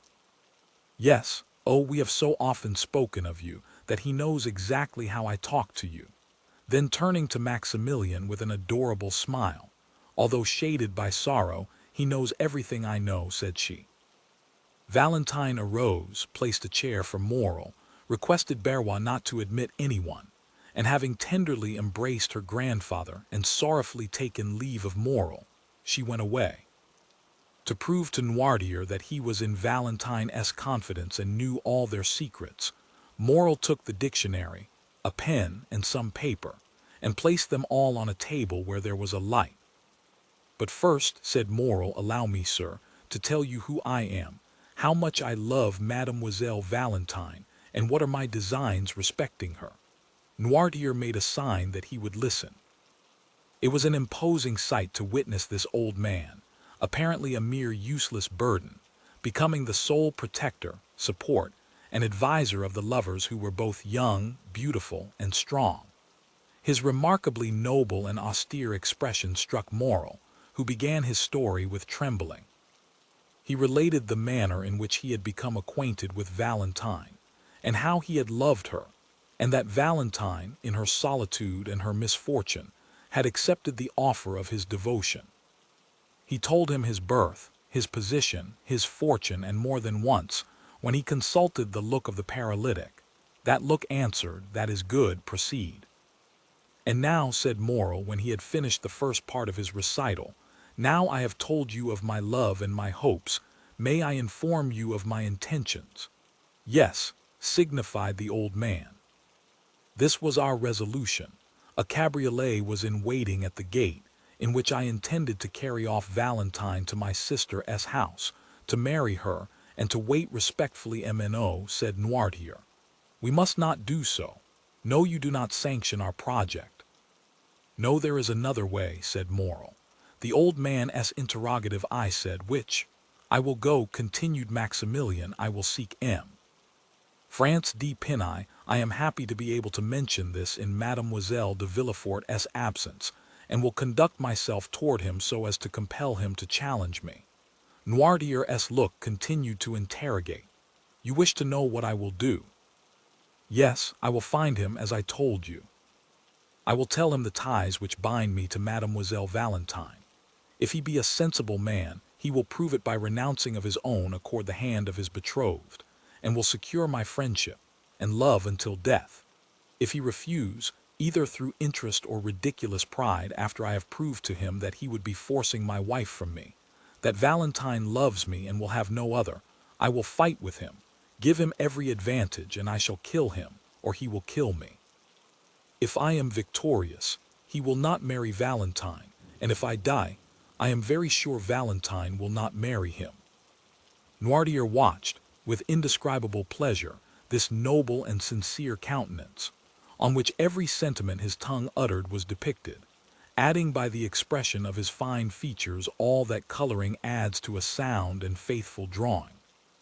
Still, when Morel had finished, he shut his eyes several times, which was his manner of saying, "No, no," said Morel. "You disapprove of this second project as you did of the first." "I do," signified the old man. "But what then must be done?" asked Morel. Madame de Saint-Méran's last request was that the marriage might not be delayed. "Must I let things take their course?" Noirtier did not move. "I understand," said Morel. "I am to wait." "Yes." "But delay may ruin our plans, sir," replied the young man.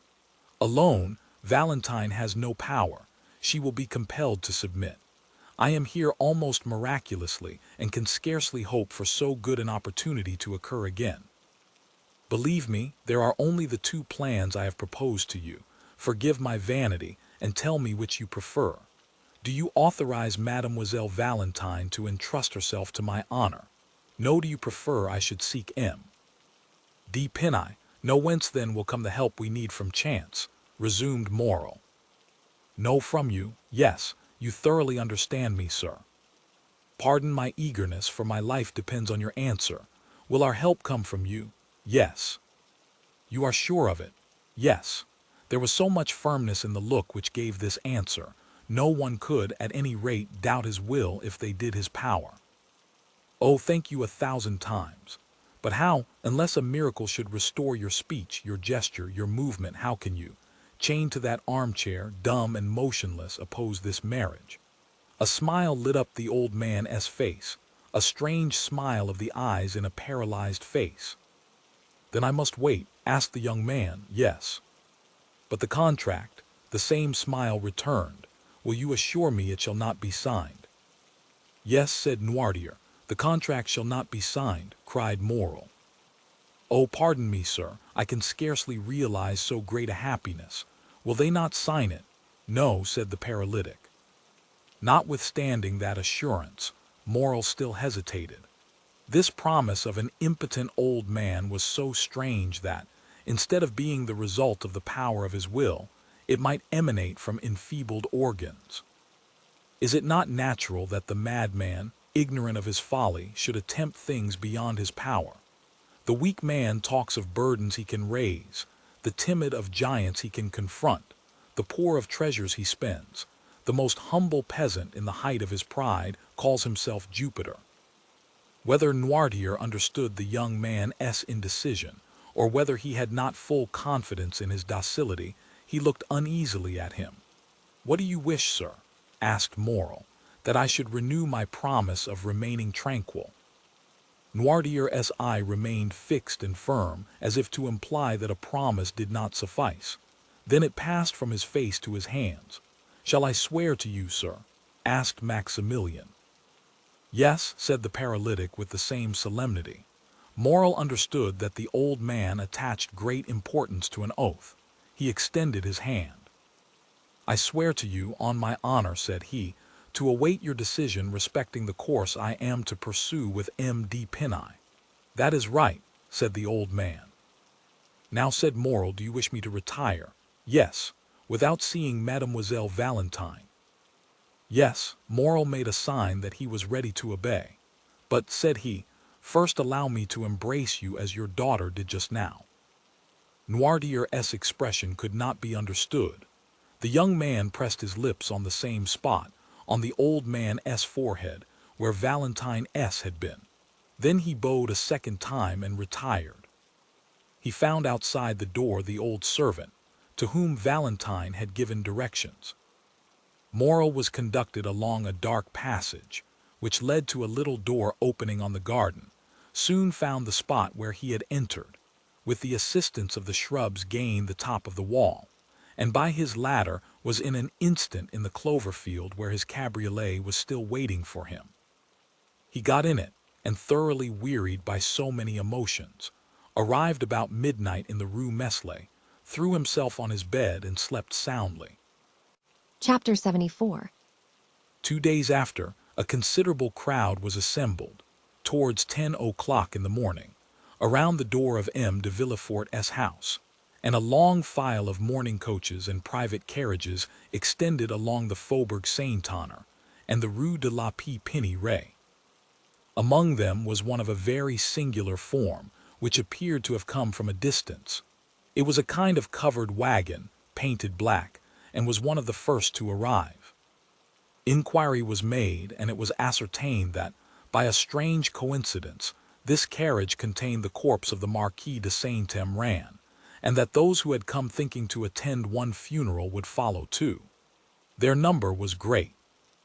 The Marquis de Saint-Emran, one of the most zealous and faithful dignitaries of Louis XVI, and King Charles X, had preserved a great number of friends, and these, added to the personages whom the usages of society gave Villefort a claim on, formed a considerable body. Due information was given to the authorities, and permission obtained that the two funerals should take place at the same time. A second hearse, decked with the same funereal pomp, was brought to M. de Villefort's door, and the coffin removed into it from the post-wagon. The two bodies were to be interred in the cemetery of Père-Lachaise, where M. de Villefort had long since had a tomb prepared for the reception of his family. The remains of poor Reine were already deposited there, and now, after 10 years of separation, her father and mother were to be reunited with her. The Parisians, always curious, always affected by funereal display, looked on with religious silence while the splendid procession accompanied to their last abode two of the number of the old aristocracy, the greatest protectors of commerce and sincere devotees to their principles. In one of the mourning coaches, Beauchamp, Debray, and C.H. Tournaud were talking of the very sudden death of the Marchioness. I saw Madame de Saint-Emran only last year at Marseilles when I was coming back from Algiers, said C.H. Tournaud. She looked like a woman destined to live to be 100 years old, from her apparent sound health and great activity of mind and body. How old was she? France assured me, replied Albert, that she was 66 years old. But she has not died of old age, but of grief. It appears that since the death of the Marquis, which affected her very deeply, she has not completely recovered her reason. But of what disease, then, did she die? Asked Debray. It is said to have been a congestion of the brain, or apoplexy, which is the same thing, is it not? Nearly. It is difficult to believe that it was apoplexy, said Beauchamp. Madame de Saint-Emran, whom I once saw, was short, of slender form, and of a much more nervous than sanguine temperament. Grief could hardly produce apoplexy in such a constitution as that of Madame de Saint-Emran. At any rate, said Albert, whatever disease or doctor may have killed her, M. de Villefort, or rather, Mademoiselle Valentine, or still rather our friend France, inherits a magnificent fortune, amounting, I believe, to 80,000 livres per annum. And this fortune will be doubled at the death of the old Jacobin, Noirtier. That is a tenacious old grandfather, said Beauchamp. Tenacem propositi verum. I think he must have made an agreement with death to outlive all his heirs, and he appears likely to succeed. He resembles the old conventionalist of '93, who said to Napoleon in 1814, "You bend because your empire is a young stem, weakened by rapid growth." Take the Republic for a tutor. Let us return with renewed strength to the battlefield, and I promise you 500,000 soldiers, another Marengo, and a second Austerlitz. Ideas do not become extinct, sire. They slumber sometimes, but only revive the stronger before they sleep entirely. Ideas and men appeared the same to him, said Albert. One thing only puzzles me, namely, how France de Pinay will like a grandfather who cannot be separated from his wife. But where is France? In the first carriage, with M. de Villefort, who considers him already as one of the family. Such was the conversation in almost all the carriages. These two sudden deaths, so quickly following each other, astonished everyone, but no one suspected the terrible secret which M. d'Avrigny had communicated in his nocturnal walk to M. de Villefort. They arrived in about an hour at the cemetery. The weather was mild, but dull, and in harmony with the funeral ceremony.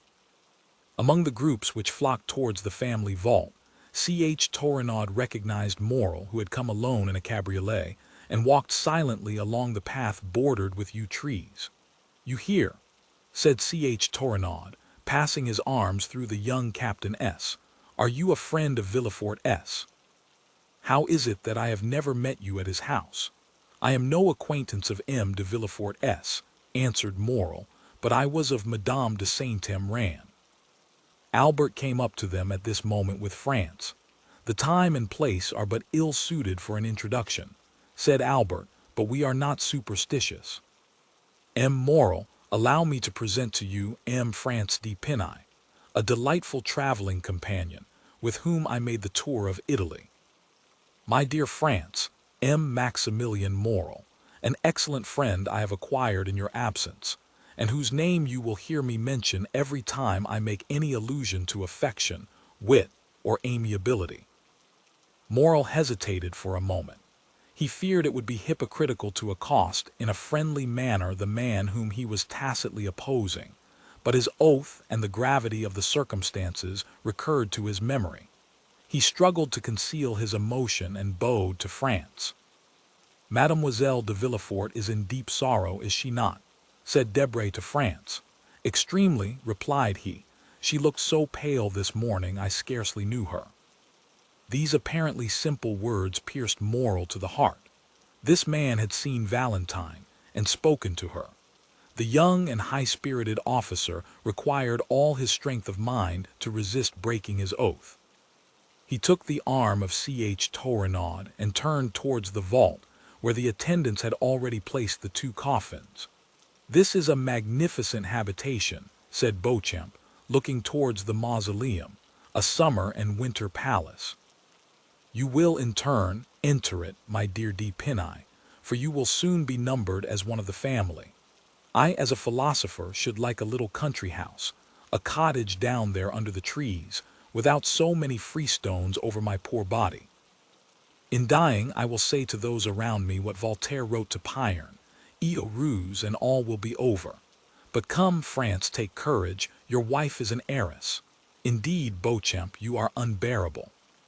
Politics has made you laugh at everything, and political men have made you disbelieve everything.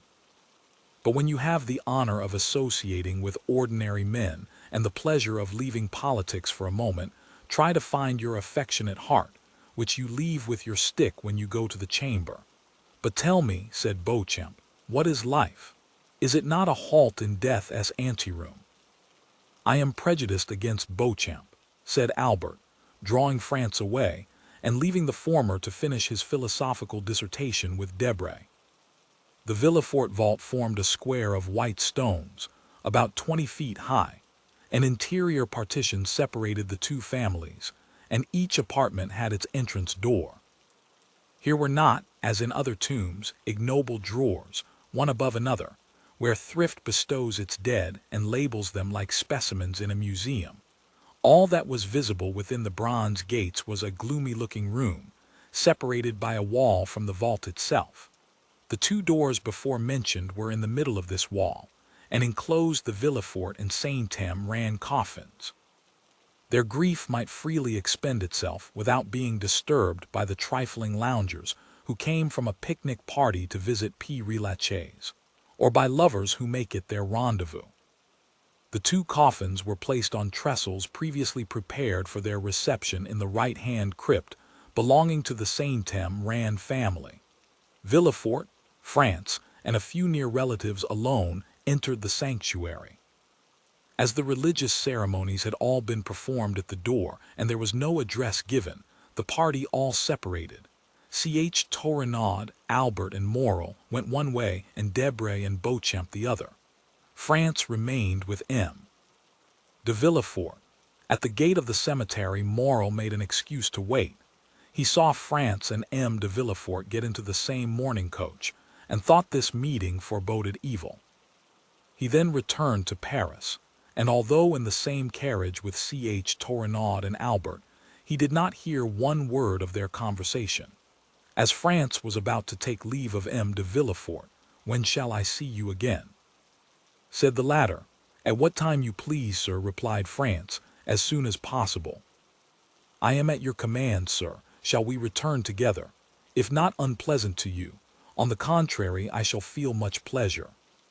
Thus the future father and son-in-law stepped into the same carriage, and Morel, seeing them pass, became uneasy. Villefort and France returned to the Faubourg Saint-Honor. The procureur, without going to see either his wife or his daughter, went at once to his study, and offering the young man a chair, "M. D. Pinay," said he, "allow me to remind you at this moment, which is perhaps not so ill-chosen as at first sight may appear, for obedience to the wishes of the departed is the first offering which should be made at their tomb. Allow me then to remind you of the wish expressed by Madame de Saint-Tem on her deathbed, that Valentine's wedding might not be deferred. You know the affairs of the deceased are in perfect order, and her will bequeaths to Valentine the entire property of the Saint-Tem family. The notary showed me the documents yesterday, which will enable us to draw up the contract immediately. You may call on the notary, M.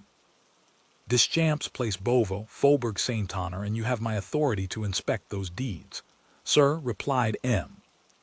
D. Pinay, "it is not, perhaps, the moment for Mademoiselle Valentine, who is in deep distress, to think of a husband.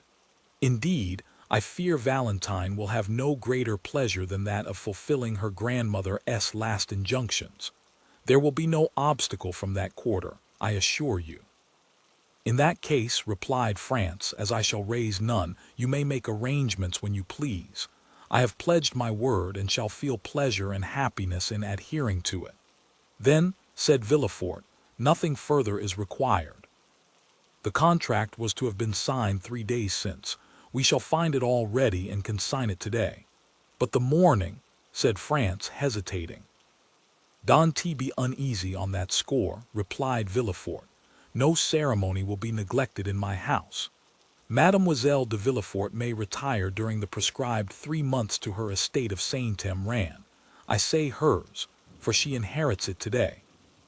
There, after a few days, if you like, the civil marriage shall be celebrated without pomp or ceremony. Madame de Saint-Tem wished her daughter should be married there. When that is over, you, sir, can return to Paris, while your wife passes the time of her mourning with her mother-in-law." "As you please, sir," said France. "Then," replied M. de Villefort, "have the kindness to wait half an hour. Valentine shall come down into the drawing-room. I will send for M. Deschamps.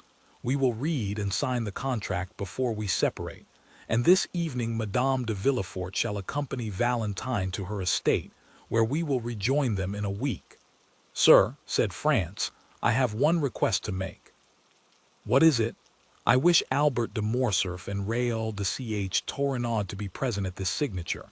You know they are my witnesses. Half an hour will suffice to apprise them. Will you go for them yourself, or shall you send?" "I prefer going, sir. I shall expect you then. In half an hour Baron and Valentine will be ready." France bowed and left the room. Scarcely had the door closed, when M. de Villefort sent to tell Valentine to be ready in the drawing-room in half an hour, as he expected the notary and M. D. Pinay and his witnesses. The news caused a great sensation throughout the house. Madame de Villefort would not believe it, and Valentine was thunderstruck. She looked around for help and would have gone down to her grandfather's room, but on the stairs she met M. de Villefort, who took her arm and led her into the drawing-room. In the anteroom, Valentine met Barrois and looked despairingly at the old servant. A moment later, Madame de Villefort entered the drawing-room with her little Edward. It was evident that she had shared the grief of the family, for she was pale and looked fatigued. She sat down, took Edward on her knees, and from time to time pressed this child, on whom her affections appeared centered, almost convulsively to her bosom. 2 carriages were soon heard to enter the courtyard. One was the notary S, the other, that of France and his friends. In a moment the whole party was assembled. Valentine was so pale one might trace the blue veins from her temples, round her eyes and down her cheeks. France was deeply affected. Ch. Torrenaud and Albert looked at each other with amazement.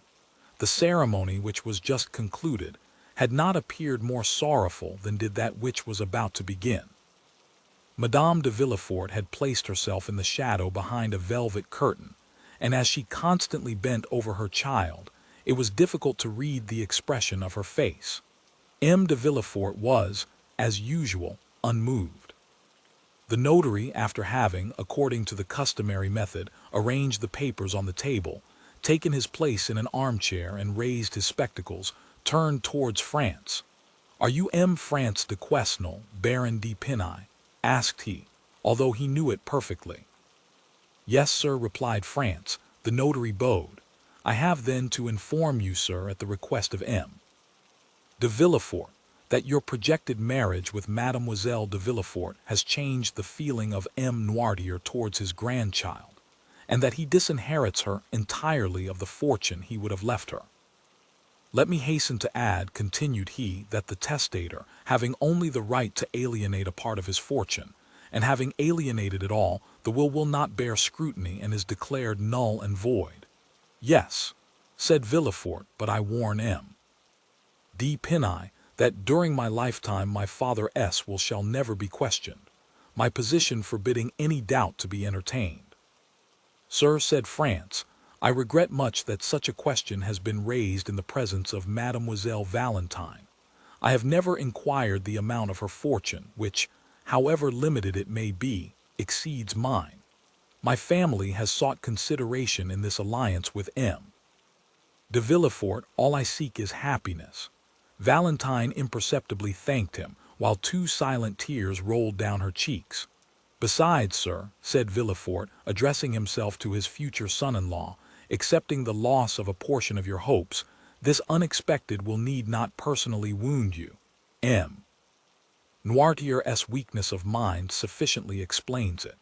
It is not because Mademoiselle Valentine is going to marry you that he is angry, but because she will marry, a union with any other would have caused him the same sorrow. Old age is selfish, sir, and Mademoiselle de Villefort has been a faithful companion to M.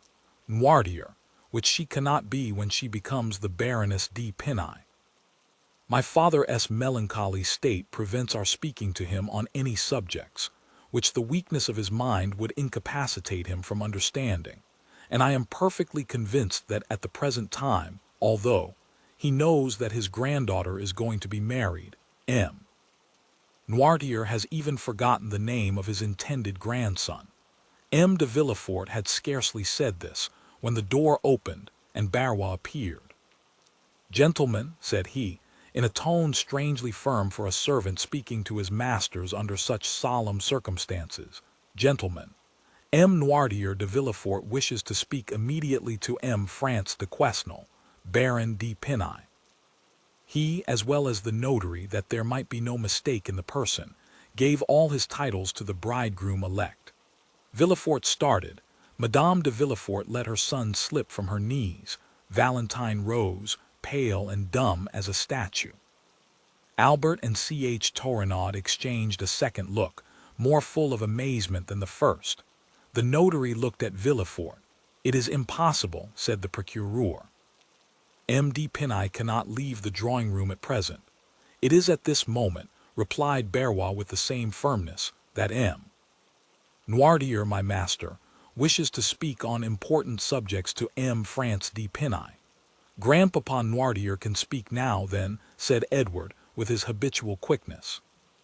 However, his remark did not make Madame de Villefort even smile.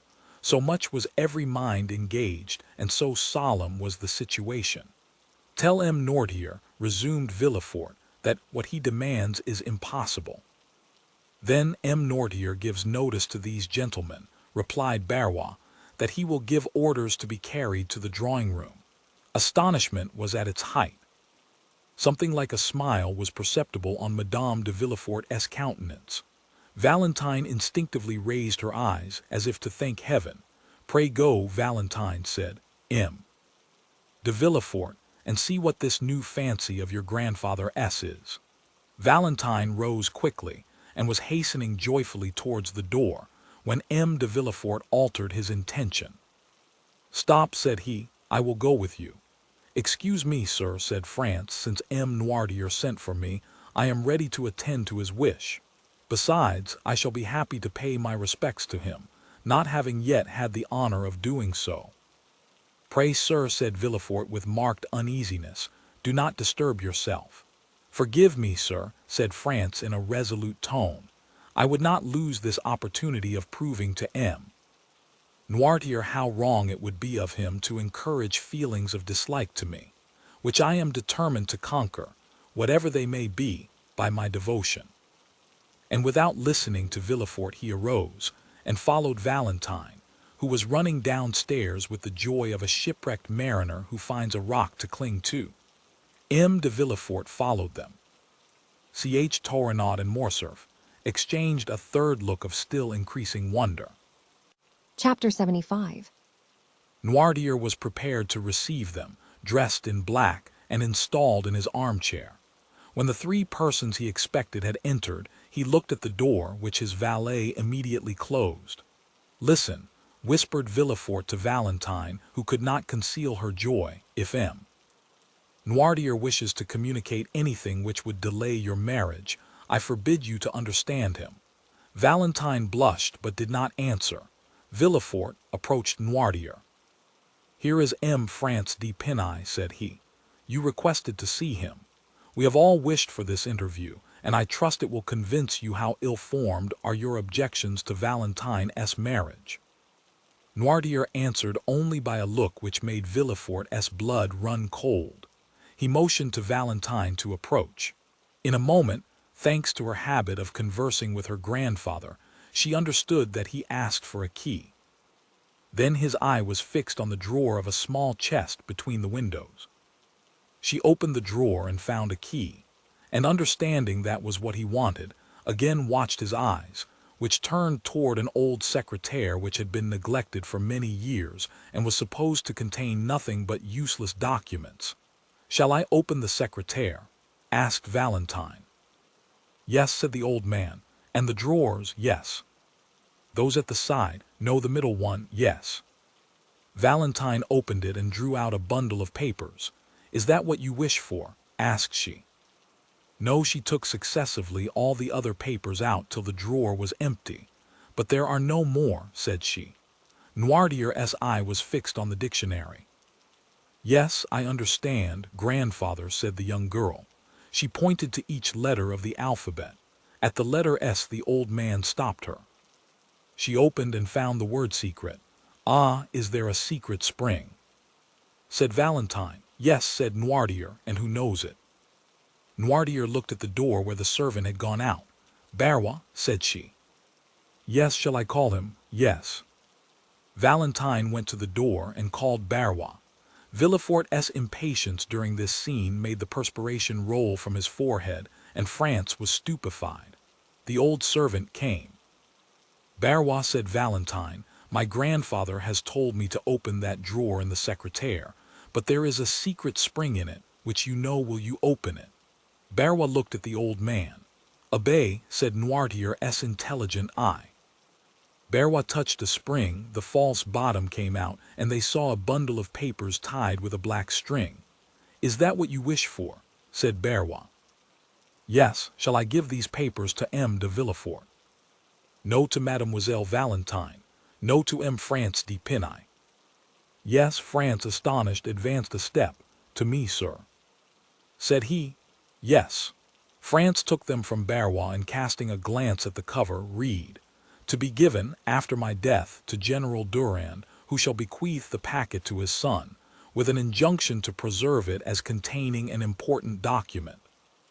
"Well, sir," asked France, "what do you wish me to do with this paper?" "To preserve it, sealed up as it is, doubtless," said the procureur. "No," replied Noirtier eagerly. "Do you wish him to read it?" said Valentine. "Yes," replied the old man. "You understand, Baron, my grandfather wishes you to read this paper," said Valentine. "Then let us sit down," said Villefort impatiently, "for it will take some time." "Sit down," said the old man.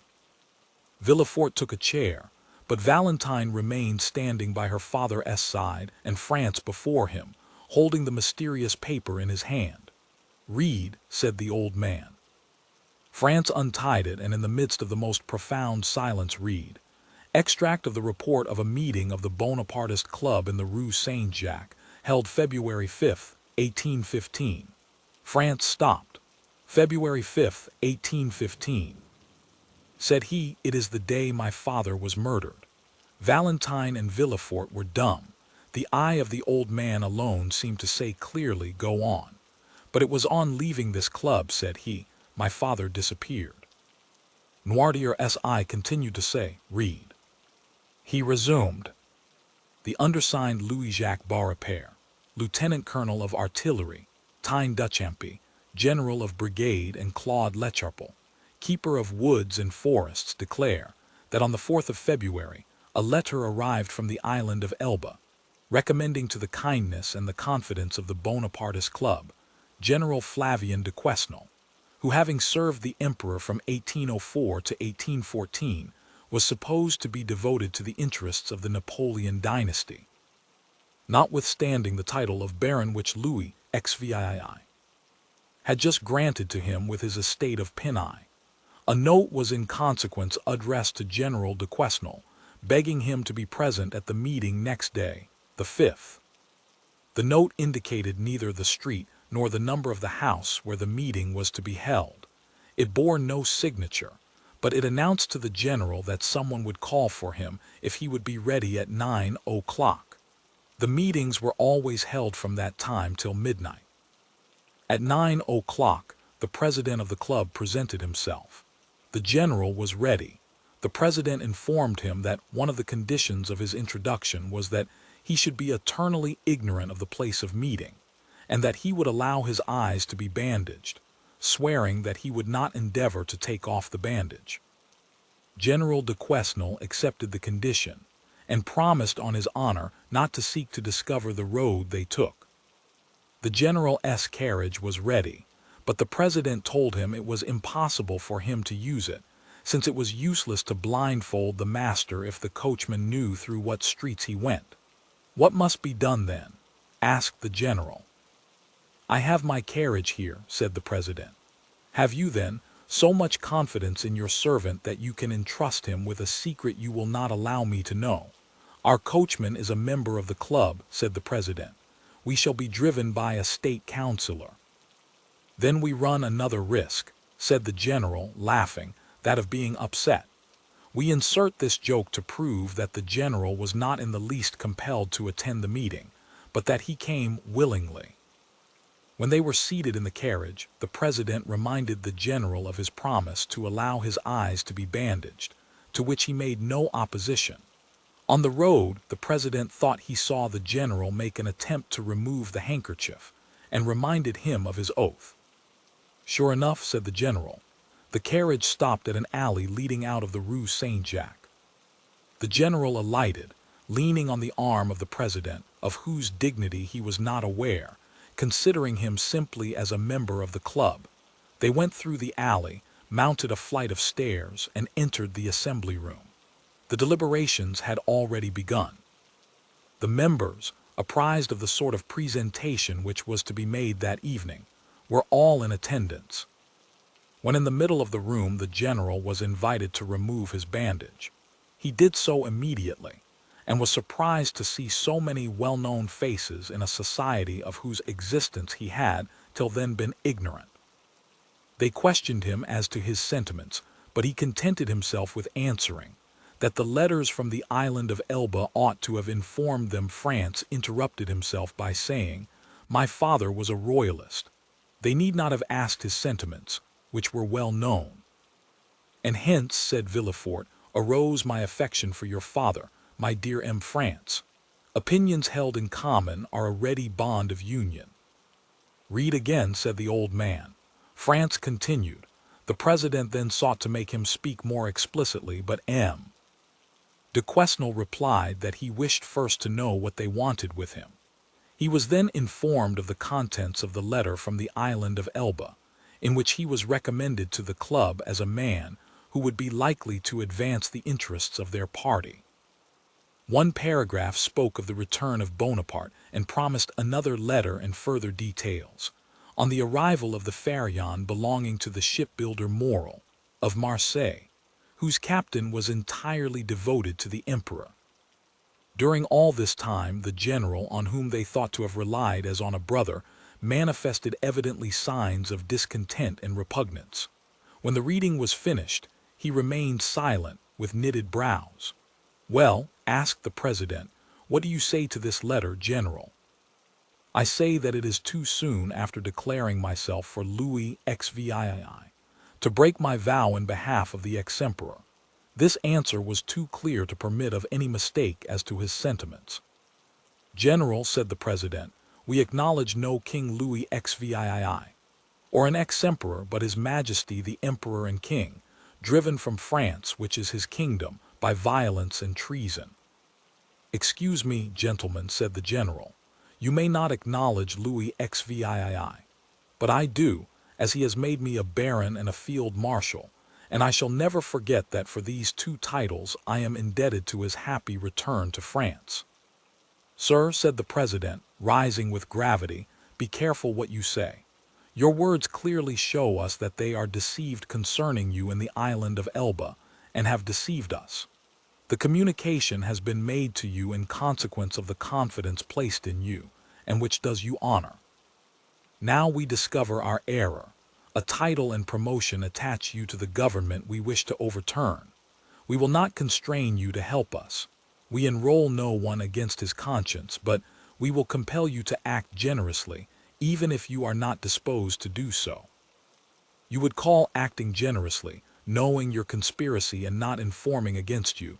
That is what I should call becoming your accomplice. You see I am more candid than you." "Ah, my father," said France, interrupting himself, "I understand now why they murdered him." Valentine could not help casting one glance towards the young man, whose filial enthusiasm it was delightful to behold. Villefort walked to and fro behind them. Noirtier watched the expression of each one, and preserved his dignified and commanding attitude. France returned to the manuscript and continued. "Sir," said the president, "you have been invited to join this assembly. You were not forced here. It was proposed to you to come blindfolded. You accepted. When you complied with this twofold request, you well knew we did not wish to secure the throne of Louis XVI, or we should not take so much care to avoid the vigilance of the police. It would be conceding too much to allow you to put on a mask to aid you in the discovery of our secret, and then to remove it that you may ruin those who have confided in you. No, no, you must first say if you declare yourself for the king of a day who now reigns, or for His Majesty the Emperor." "I am a royalist," replied the general. "I have taken the oath of allegiance to Louis XVI, and I will adhere to it." These words were followed by a general murmur, and it was evident that several of the members were discussing the propriety of making the general repent of his rashness.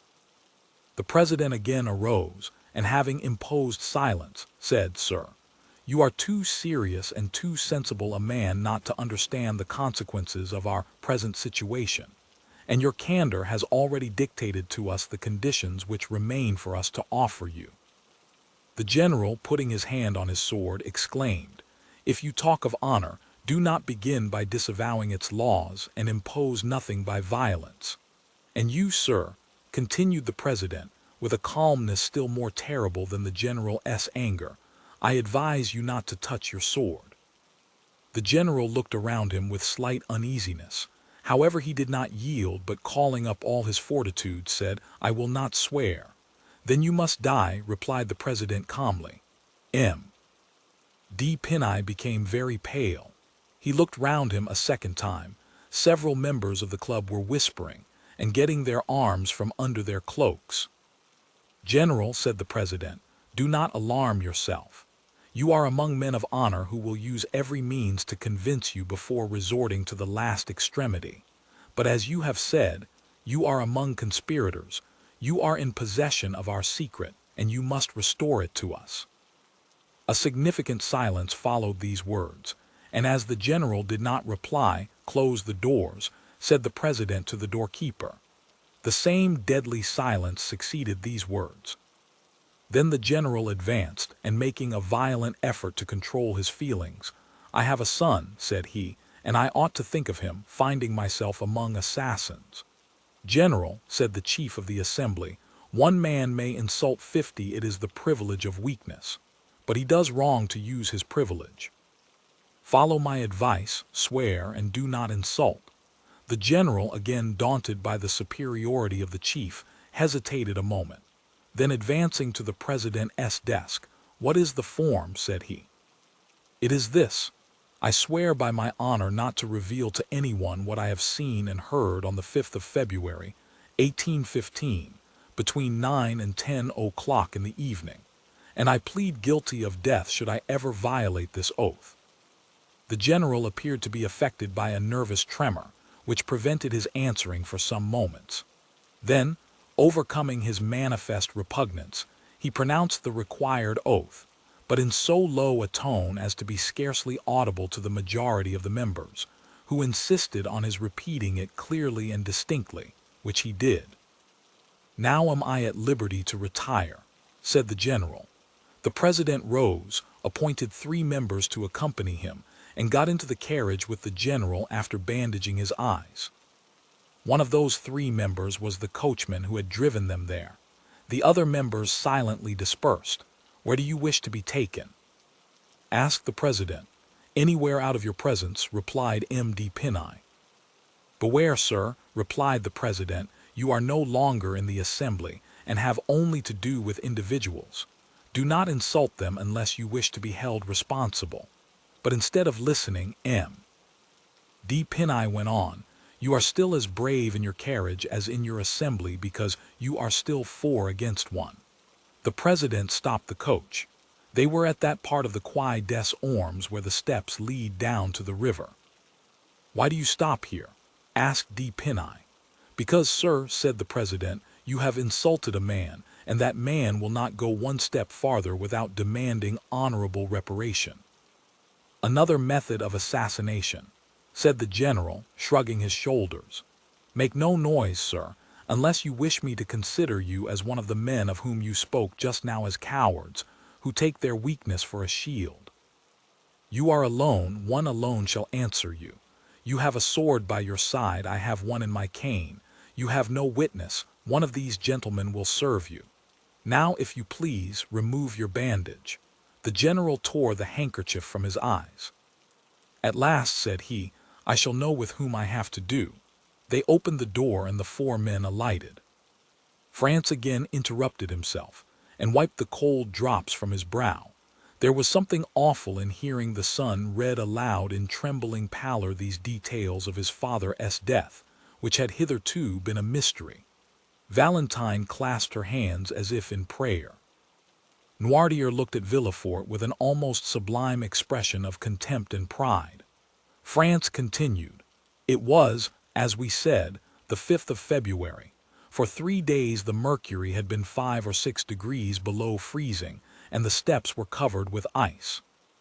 The general was stout and tall. The president offered him the side of the railing to assist him in getting down. The 2 witnesses followed. It was a dark night. The ground from the steps to the river was covered with snow and hoarfrost. The water of the river looked black and deep. One of the seconds went for a lantern in a coal barge near, and by its light they examined the weapons.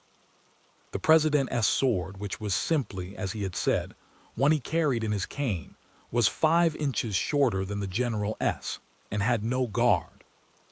The general proposed to cast lots for the swords, but the president said it was he who had given the provocation, and when he had given it, he had supposed each would use his own arms. The witnesses endeavored to insist, but the president bade them be silent. The lantern was placed on the ground, the two adversaries took their stations, and the duel began.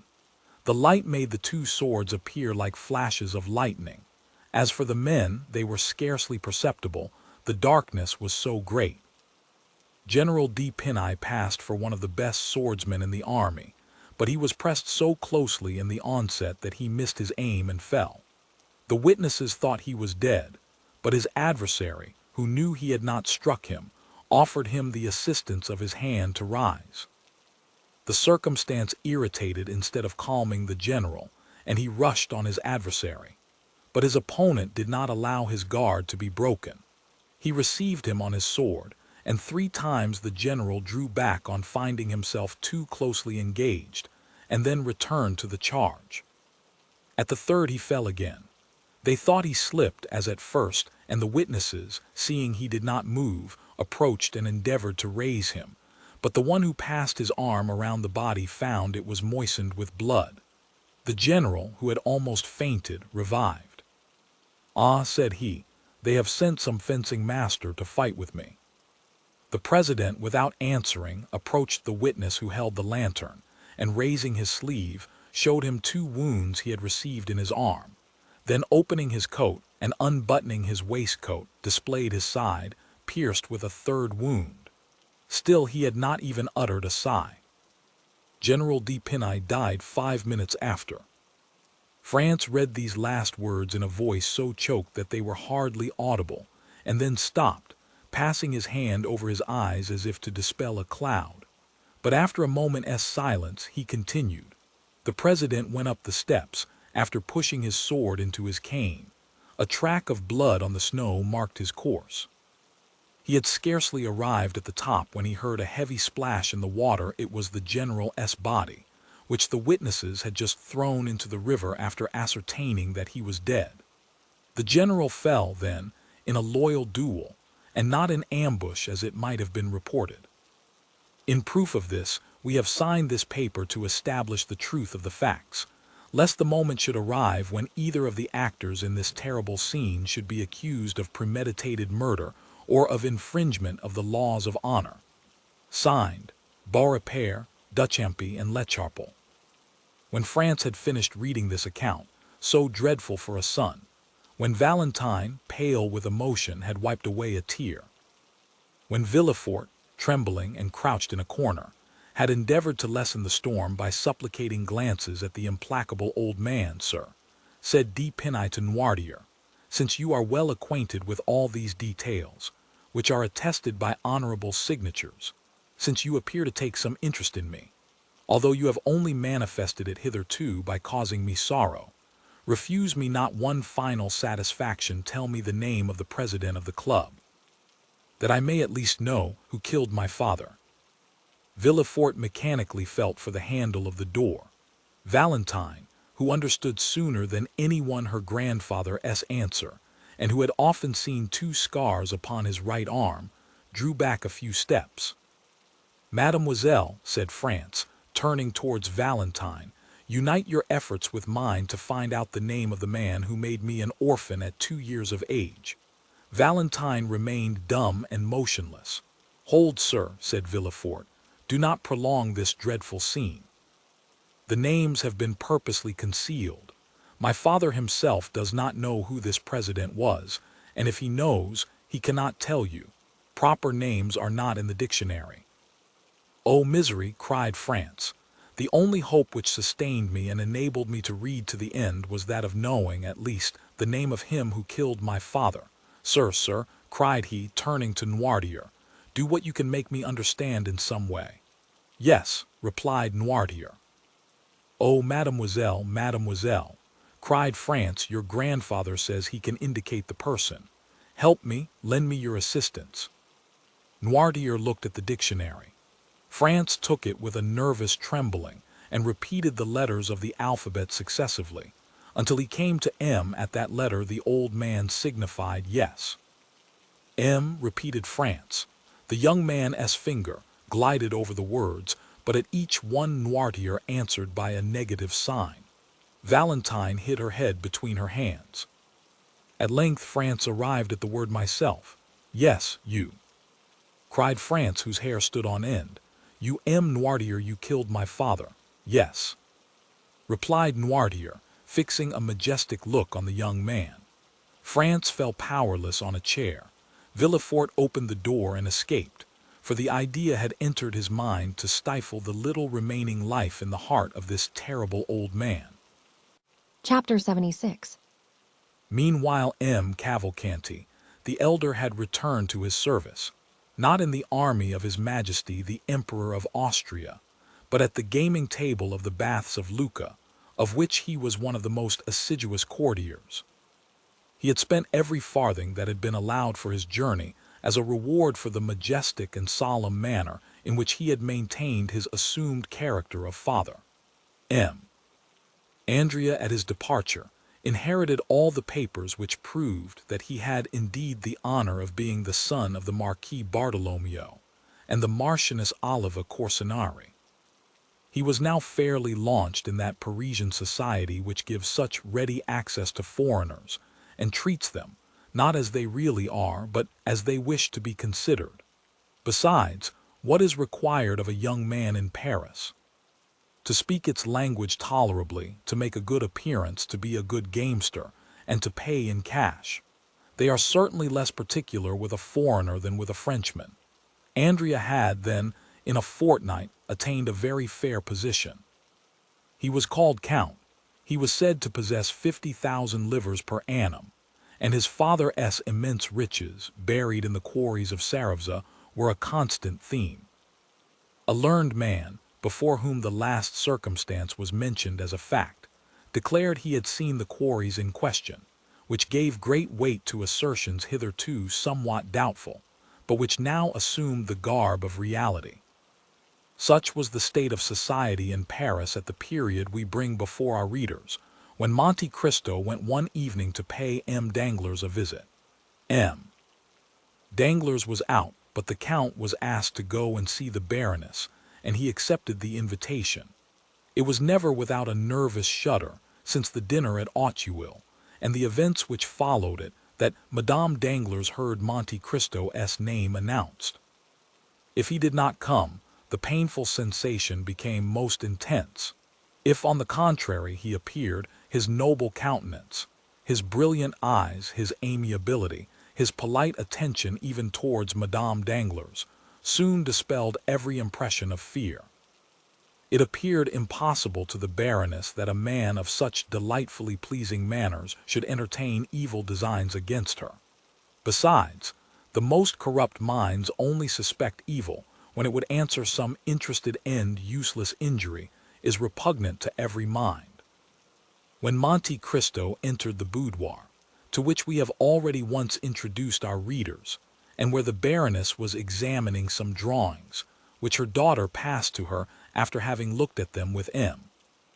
Cavalcanti, his presence soon produced its usual effect, and it was with smiles that the Baroness received the Count, although she had been a little disconcerted at the announcement of his name. The latter took in the whole scene at a glance. The Baroness was partially reclining on a sofa. Hugues sat near her, and Cavalcanti was standing.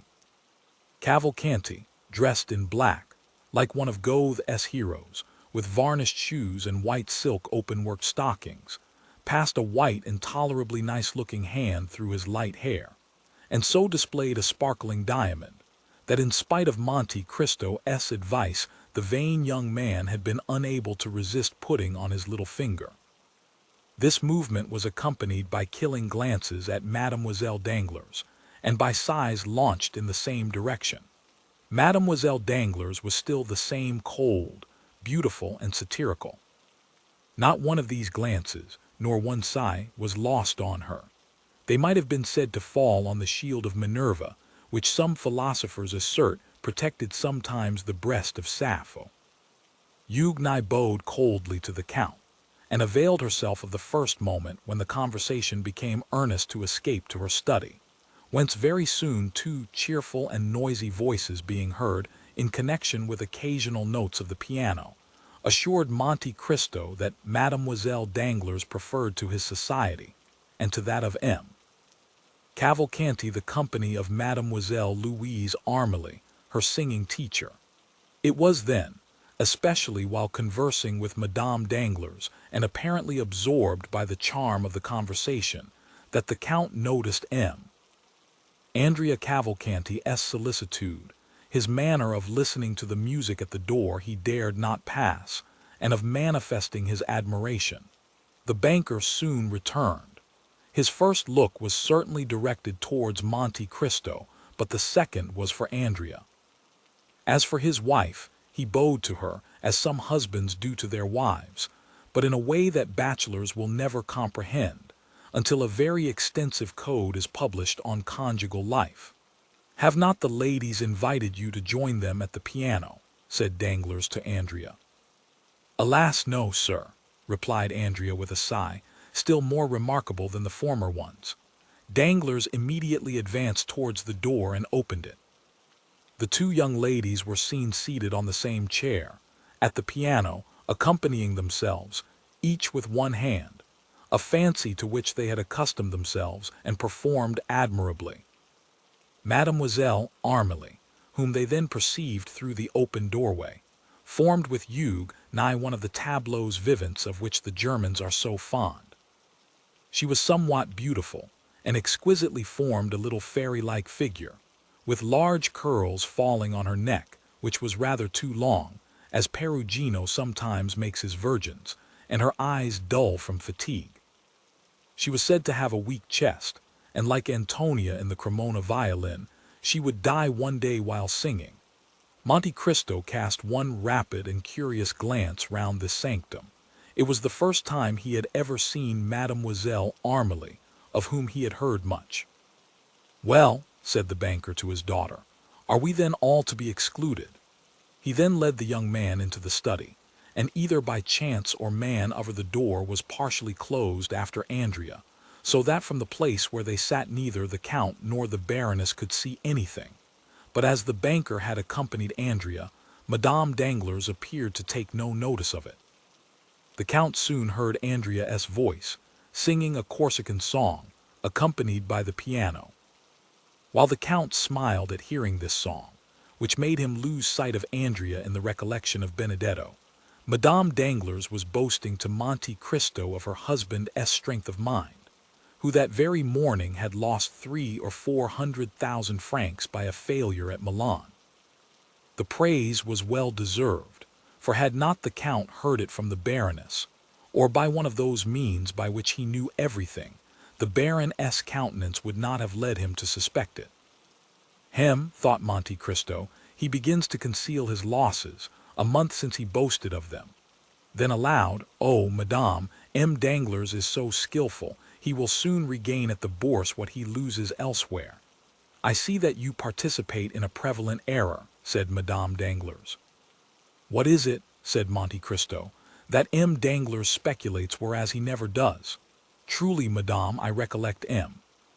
Debray told me apropos what has become of him. I have seen nothing of him the last 3 or 4 days."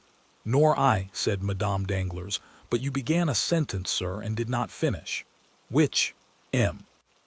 Debray had told you." "Ah, yes, he told me it was you who sacrificed to the demon of speculation. I was once very fond of it, but I do not indulge now." "Then you are wrong, Madame. Fortune is precarious, and if I were a woman and fate had made me a banker's wife, whatever might be my confidence in my husband's good fortune, still in speculation you know there is great risk. Well, I would secure for myself a fortune independent of him, even if I acquired it by placing my interests in hands unknown to him."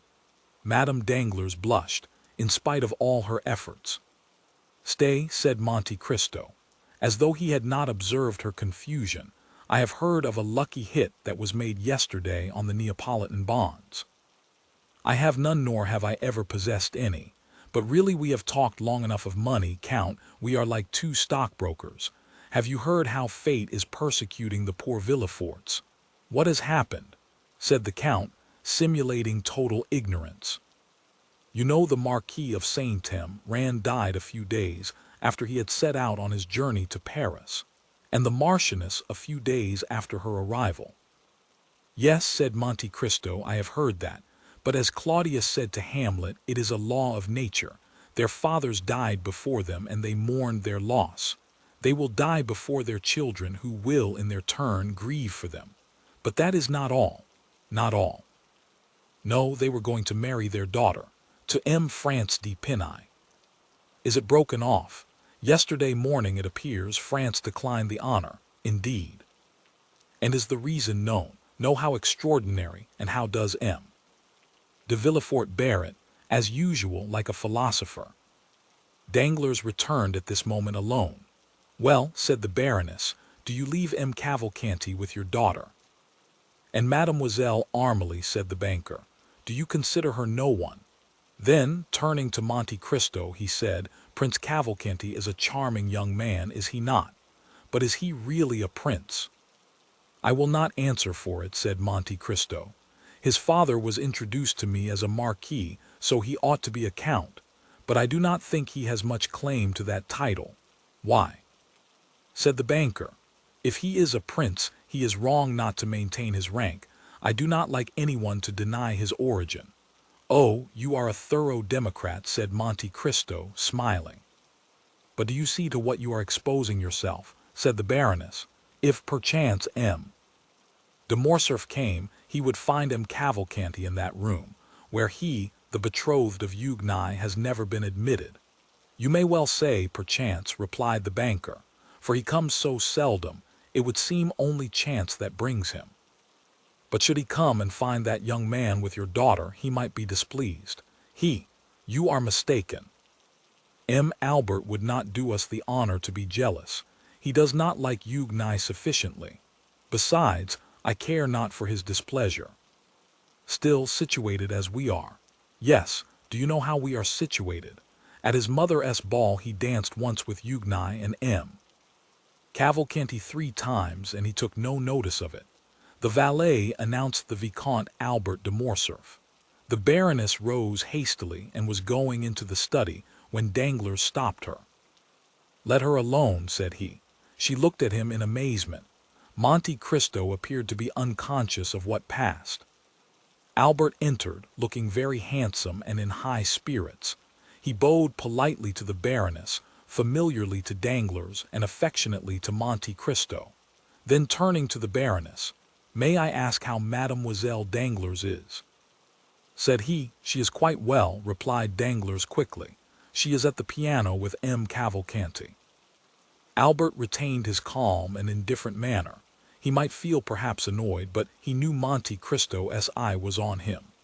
M. Cavalcanti has a fine tenor voice, said he, and Mademoiselle Huguenot a splendid soprano, and then she plays the piano like Thalberg.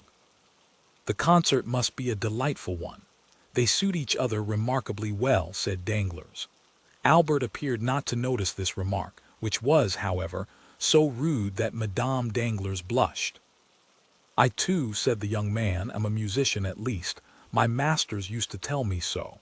But it is strange that my voice never would suit any other, and a soprano less than any.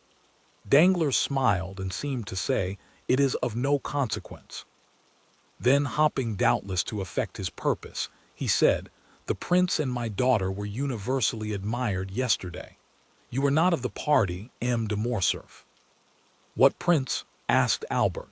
Prince Cavalcanti, said Danglars, who persisted in giving the young man that title. Pardon me, said Albert, I was not aware that he was a prince. And Prince Cavalcanti sang with Mademoiselle Huguenot yesterday. It must have been charming indeed. I regret not having heard them, but I was unable to accept your invitation, having promised to accompany my mother to a German concert given by the Baroness of Ch. Torrenaud. This was followed by rather an awkward silence. May I also be allowed, said Morcerf, to pay my respects to Mademoiselle Danglars? Wait a moment, said the banker, stopping the young man. Do you hear that delightful cavatina? Ta, ta, ta, ti, ta, ti, ta, ta. It is charming. Let them finish one moment. Bravo, bravi, brava. The banker was enthusiastic in his applause. Indeed, said Albert, it is exquisite. It is impossible to understand the music of his country better than Prince Cavalcanti does. You said prince, did you not? But he can easily become one if he is not already. It is no uncommon thing in Italy. But to return to the charming musicians, you should give us a treat, Danglars, without telling them there is a stranger. Ask them to sing one more song. It is so delightful to hear music in the distance, when the musicians are unrestrained by observation. Danglars was quite annoyed by the young man's indifference. He took Monte Cristo aside. "What do you think of our lover?" said he. "He appears cool." "But then your word is given." "Yes, doubtless I have promised to give my daughter to a man who loves her, but not to one who does not. See him there, cold as marble and proud like his father. If he were rich, if he had Cavalcanti's fortune, that might be pardoned. Ma foi, I haven't consulted my daughter, but if she has good taste—" "Oh," said Monte Cristo, "my fondness may blind me, but I assure you I consider Morcerf a charming young man who will render your daughter happy and will sooner or later attain a certain amount of distinction, and his father's position is good." "Hem," said Danglars. "Why do you doubt?" "The past, that obscurity on the past, but that does not affect the sun." "Very true." "Now, I beg of you, don't go off your head.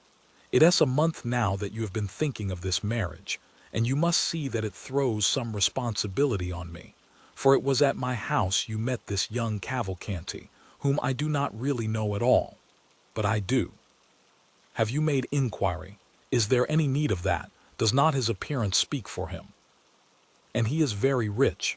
I am not so sure of that, and yet you said he had money. 50,000 livres, a mere trifle. He is well educated." "Hem," said Monte Cristo in his turn. "He is a musician, so are all Italians. Come, Count, you do not do that young man justice." "Well, I acknowledge it annoys me, knowing your connection with the Morcerf family, to see him throw himself in the way." Danglars burst out laughing. "What a Puritan you are!" Said he. "That happens every day. But you cannot break it off in this way. The Morcerfs are depending on this union." "Indeed." "Positively. Then let them explain themselves. You should give the father a hint. You are so intimate with the family." "Where the devil did you find out that?" "At their ball. It was apparent enough." "Why did not the Countess, the proud Merc-DS, the disdainful Catalane, who will scarcely open her lips to her oldest acquaintances, take your arm, lead you into the garden, into the private walks, and remain there for half an hour?" "Ah, Baron, Baron," said Albert, "you are not listening. What barbarism in a megalomaniac like you!" "Oh, don't worry about me, Sir Mocker," said Danglars. Then turning to Monte Cristo he said, "But will you undertake to speak to the father?" "Willingly, if you wish it, but let it be done explicitly and positively. If he demands my daughter, let him fix the day, declare his conditions. In short, let us either understand each other or quarrel. You understand, no more delay." "Yes, sir, I will give my attention to the subject. I do not say that I await with pleasure his decision, but I do await it. A banker must, you know, be a slave to his promise." And Danglars sighed as M. Cavalcanti had done half an hour before. "Bravi." "Bravo, brava," cried Morcerf, parodying the banker as the selection came to an end. Danglars began to look suspiciously at Morcerf, when someone came and whispered a few words to him. "I shall soon return," said the banker to Monte Cristo. "Wait for me. I shall perhaps have something to say to you." And he went out. The Baroness took advantage of her husband's absence to push open the door of her daughter's study, and Andrea, who was sitting before the piano with Mademoiselle Huguenot, started up like a jack-in-the-box. Albert bowed with a smile to Mademoiselle Danglars, who did not appear in the least disturbed, and returned his bow with her usual coolness. Cavalcanti was evidently embarrassed. He bowed to Morcerf, who replied with the most impertinent look possible. Then Albert launched out in praise of Mademoiselle Danglars' voice, and on his regret, after what he had just heard, that he had been unable to be present the previous evening. Cavalcanti, being left alone, turned to Monte Cristo. "Come," said Madame Danglars, "leave music and compliments and let us go and take tea." "Come, Louise," said Mademoiselle Danglars to her friend. They passed into the next drawing-room where tea was prepared. Just as they were beginning, in the English fashion, to leave the spoons in their cups, the door again opened and Danglars entered, visibly agitated. Monte Cristo observed it particularly, and by a look asked the banker for an explanation. "I have just received my courier from Greece," said Danglars. "Ah, yes," said the Count, "that was the reason of your running away from us. Yes. How is King Otho getting on?" asked Albert in the most sprightly tone. Danglars cast another suspicious look towards him without answering, and Monte Cristo turned away to conceal the expression of pity which passed over his features, but which was gone in a moment. "We shall go together, shall we not?" said Albert to the Count. "If you like," replied the latter.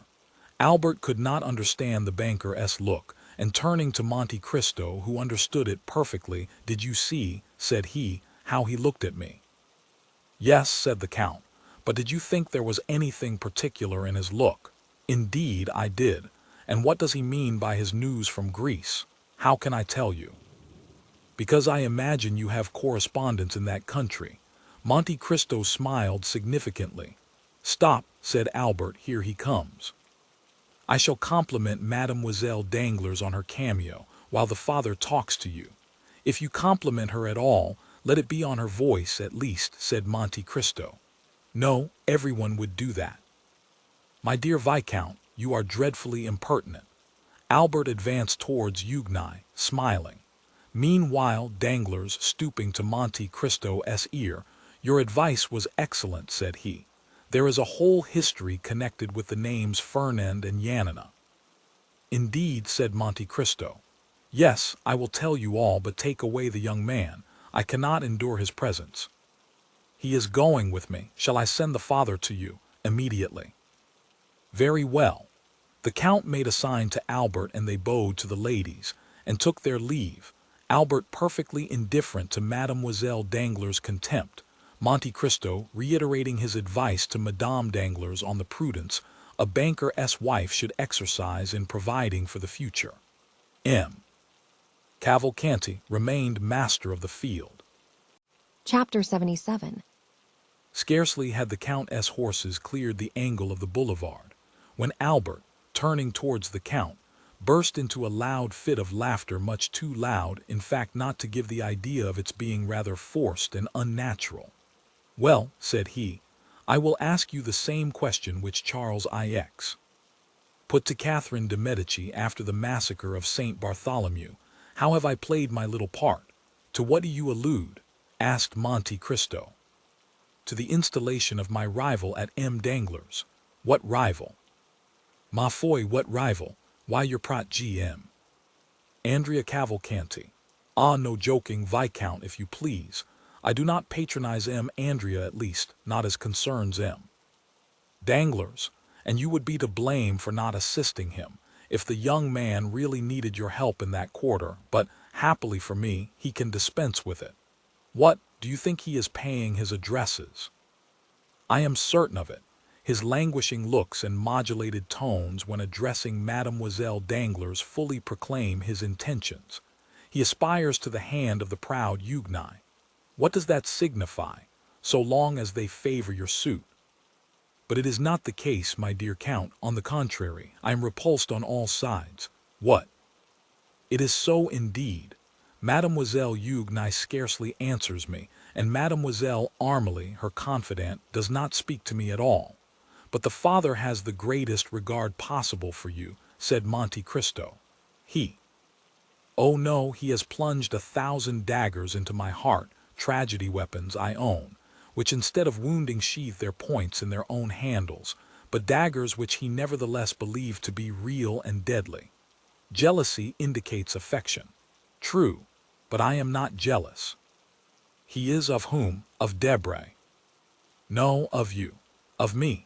I will engage to say that before a week is past the door will be closed against me. You are mistaken, my dear Viscount. Prove it to me. Do you wish me to do so? Yes. Well, I am charged with the commission of endeavoring to induce the Comte de Morcerf to make some definite arrangement with the Baron. By whom are you charged? By the Baron himself.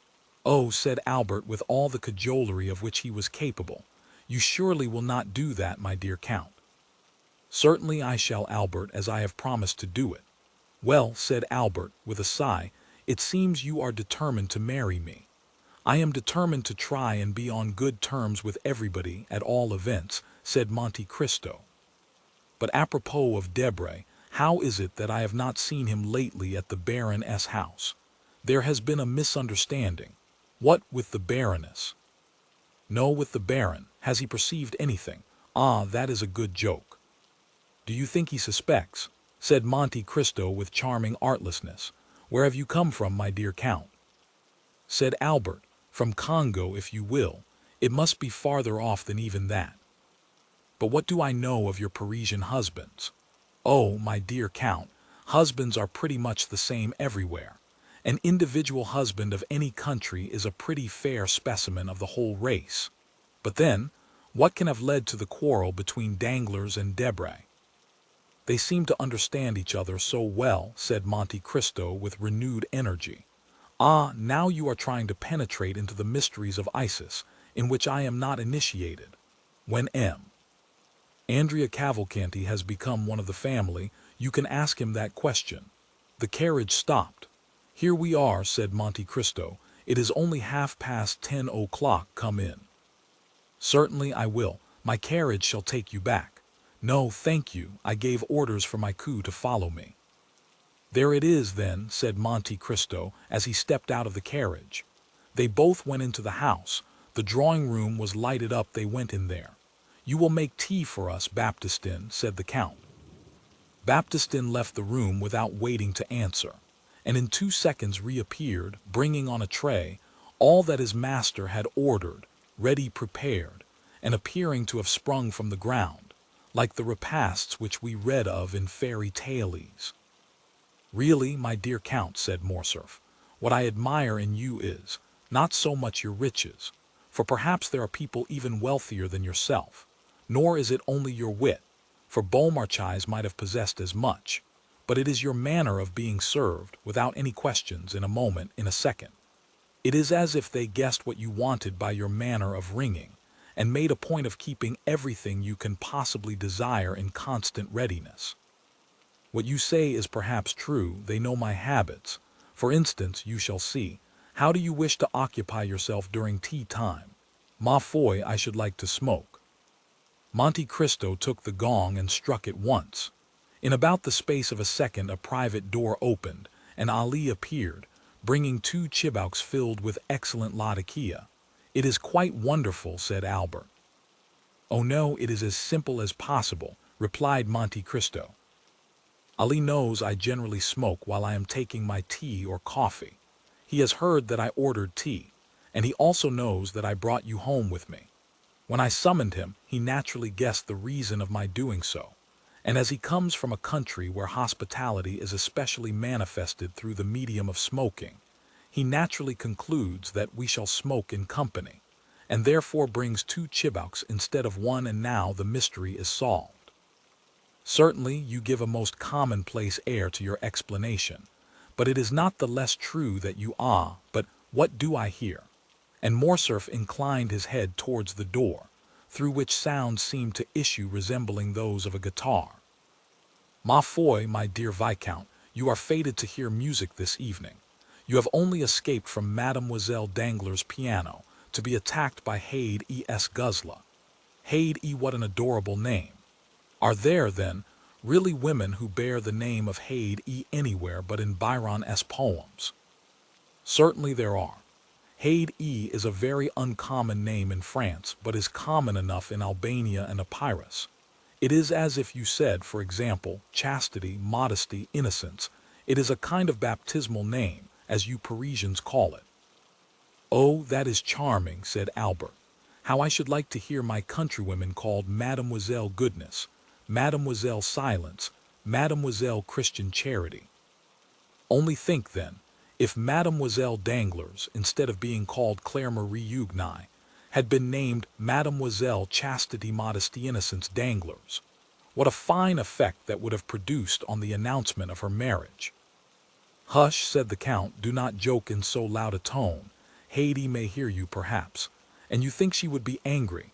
"No, certainly not," said the Count with a haughty expression. "She is very amiable, then, is she not?" said Albert. "It is not to be called amiability, it is her duty. A slave does not dictate to a master." "Come, you are joking yourself now. Are there any more slaves to be had who bear this beautiful name?" "Undoubtedly." "Really, Count, you do nothing, and have nothing like other people. The slave of the Count of Monte Cristo, why, it is a rank of itself in France, and from the way in which you lavish money, it is a place that must be worth 100,000 francs a year." 100,000 francs! The poor girl originally possessed much more than that. She was born to treasures in comparison with which those recorded in the 1,001 Nights would seem but poverty. She must be a princess then. "You are right, and she is one of the greatest in her country too. I thought so. But how did it happen that such a great princess became a slave? How was it that Dionysius the tyrant became a schoolmaster? The fortune of war, my dear Viscount, the caprice of fortune, that is the way in which these things are to be accounted for. And is her name a secret?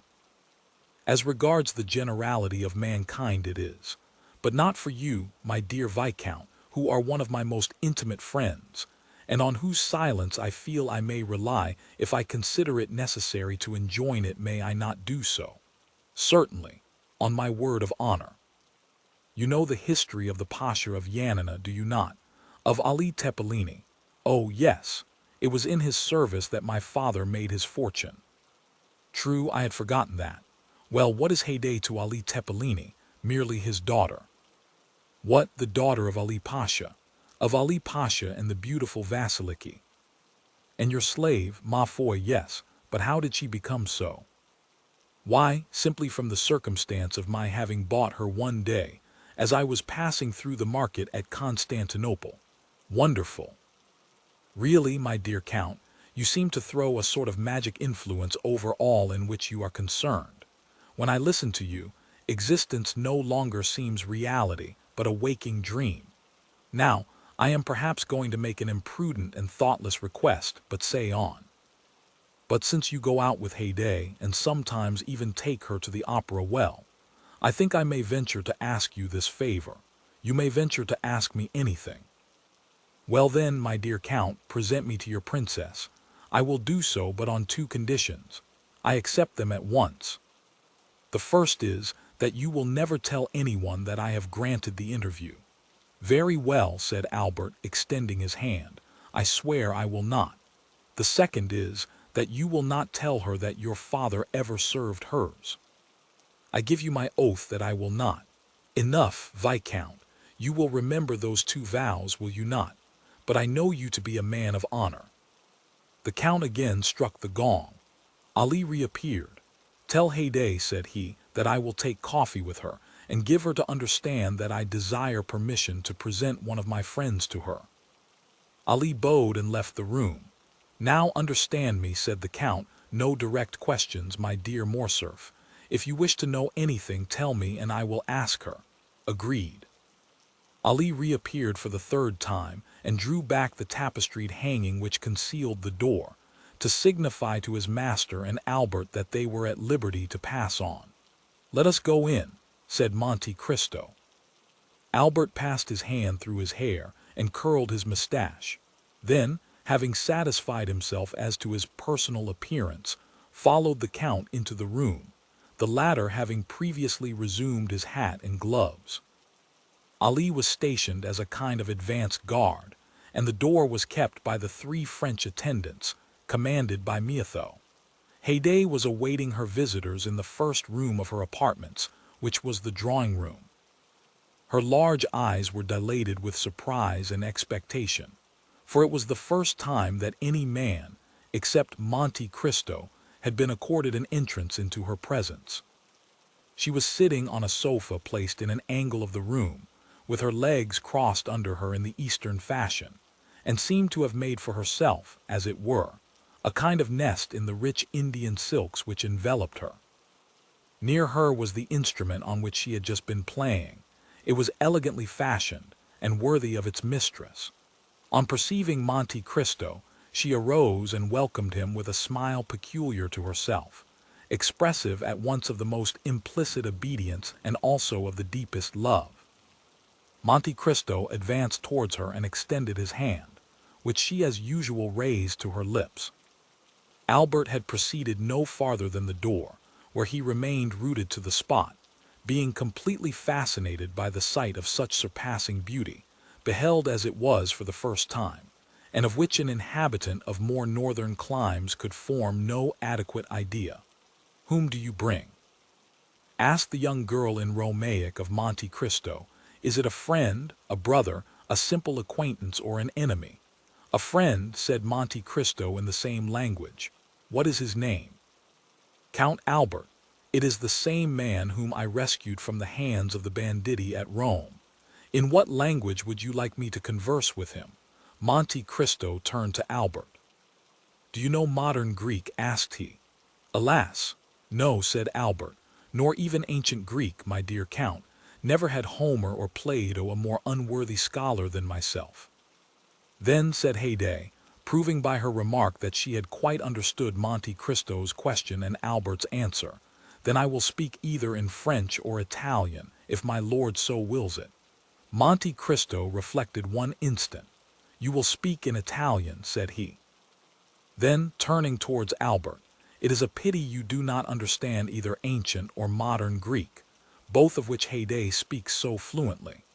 The poor child will be obliged to talk to you in Italian, which will give you but a very false idea of her powers of conversation." The Count made a sign to Haydée to address his visitor. "Sir," she said to Morcerf, "you are most welcome as the friend of my lord and master." This was said in excellent Tuscan, and with that soft Roman accent which makes the language of Dante as sonorous as that of Homer. Then, turning to Ali, she directed him to bring coffee and pipes, and when he had left the room to execute the orders of his young mistress, she beckoned Albert to approach nearer to her. Monte Cristo and Morcerf drew their seats towards a small table, on which were arranged music, drawings, and vases of flowers. Ali then entered bringing coffee and chibouques. As to M. Baptistin, this portion of the building was interdicted to him. Albert refused the pipe which the Nubian offered him. "Oh, take it," said the Count. "Haydée is almost as civilized as a Parisian. The smell of a Havana is disagreeable to her, but the tobacco of the East is a most delicious perfume, you know." Ali left the room. The cups of coffee were all prepared, with the addition of sugar, which had been brought for Albert. Monte Cristo and Haydée took the beverage in the original Arabian manner, that is to say, without sugar. Haydée took the porcelain cup in her little slender fingers, and conveyed it to her mouth with all the innocent artlessness of a child, when eating or drinking something which it likes. At this moment 2 women entered, bringing salvers filled with ices and sherbet, which they placed on 2 small tables appropriated to that purpose.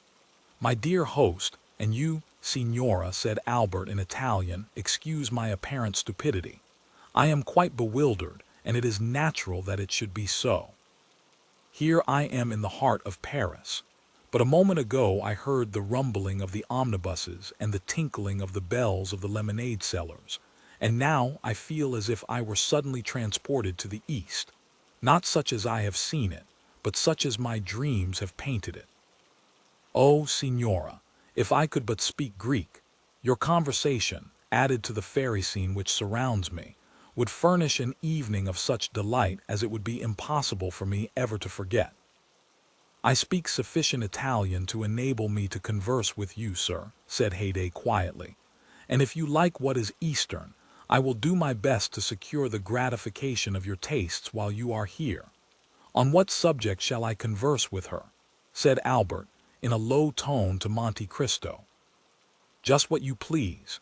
You may speak of her country and of her youthful reminiscences, or if you like it better you can talk of Rome, Naples, or Florence. Oh, said Albert, it is of no use to be in the company of a Greek if one converses just in the same style as with a Parisian. Let me speak to her of the East. Do so then, for of all themes which you could choose that will be the most agreeable to her taste. Albert turned towards Haydée. At what age did you leave Greece, Signora? Asked he. I left it when I was but 5 years old, replied Haydée. And have you any recollection of your country? When I shut my eyes and think, I seem to see it all again. The mind can see as well as the body. The body forgets sometimes, but the mind always remembers. And how far back into the past do your recollections extend? I could scarcely walk when my mother, who was called Vasiliki, which means royal, said the young girl, tossing her head proudly, took me by the hand, and after putting in our purse all the money we possessed, we went out, both covered with veils, to solicit alms for the prisoners, saying, He who giveth to the poor lendeth to the Lord. Then when our purse was full, we returned to the palace, and without saying a word to my father, we sent it to the convent, where it was divided amongst the prisoners. And how old were you at that time? I was 3 years old, said Haydée. Then you remember everything that went on about you from the time when you were 3 years old, said Albert. Everything.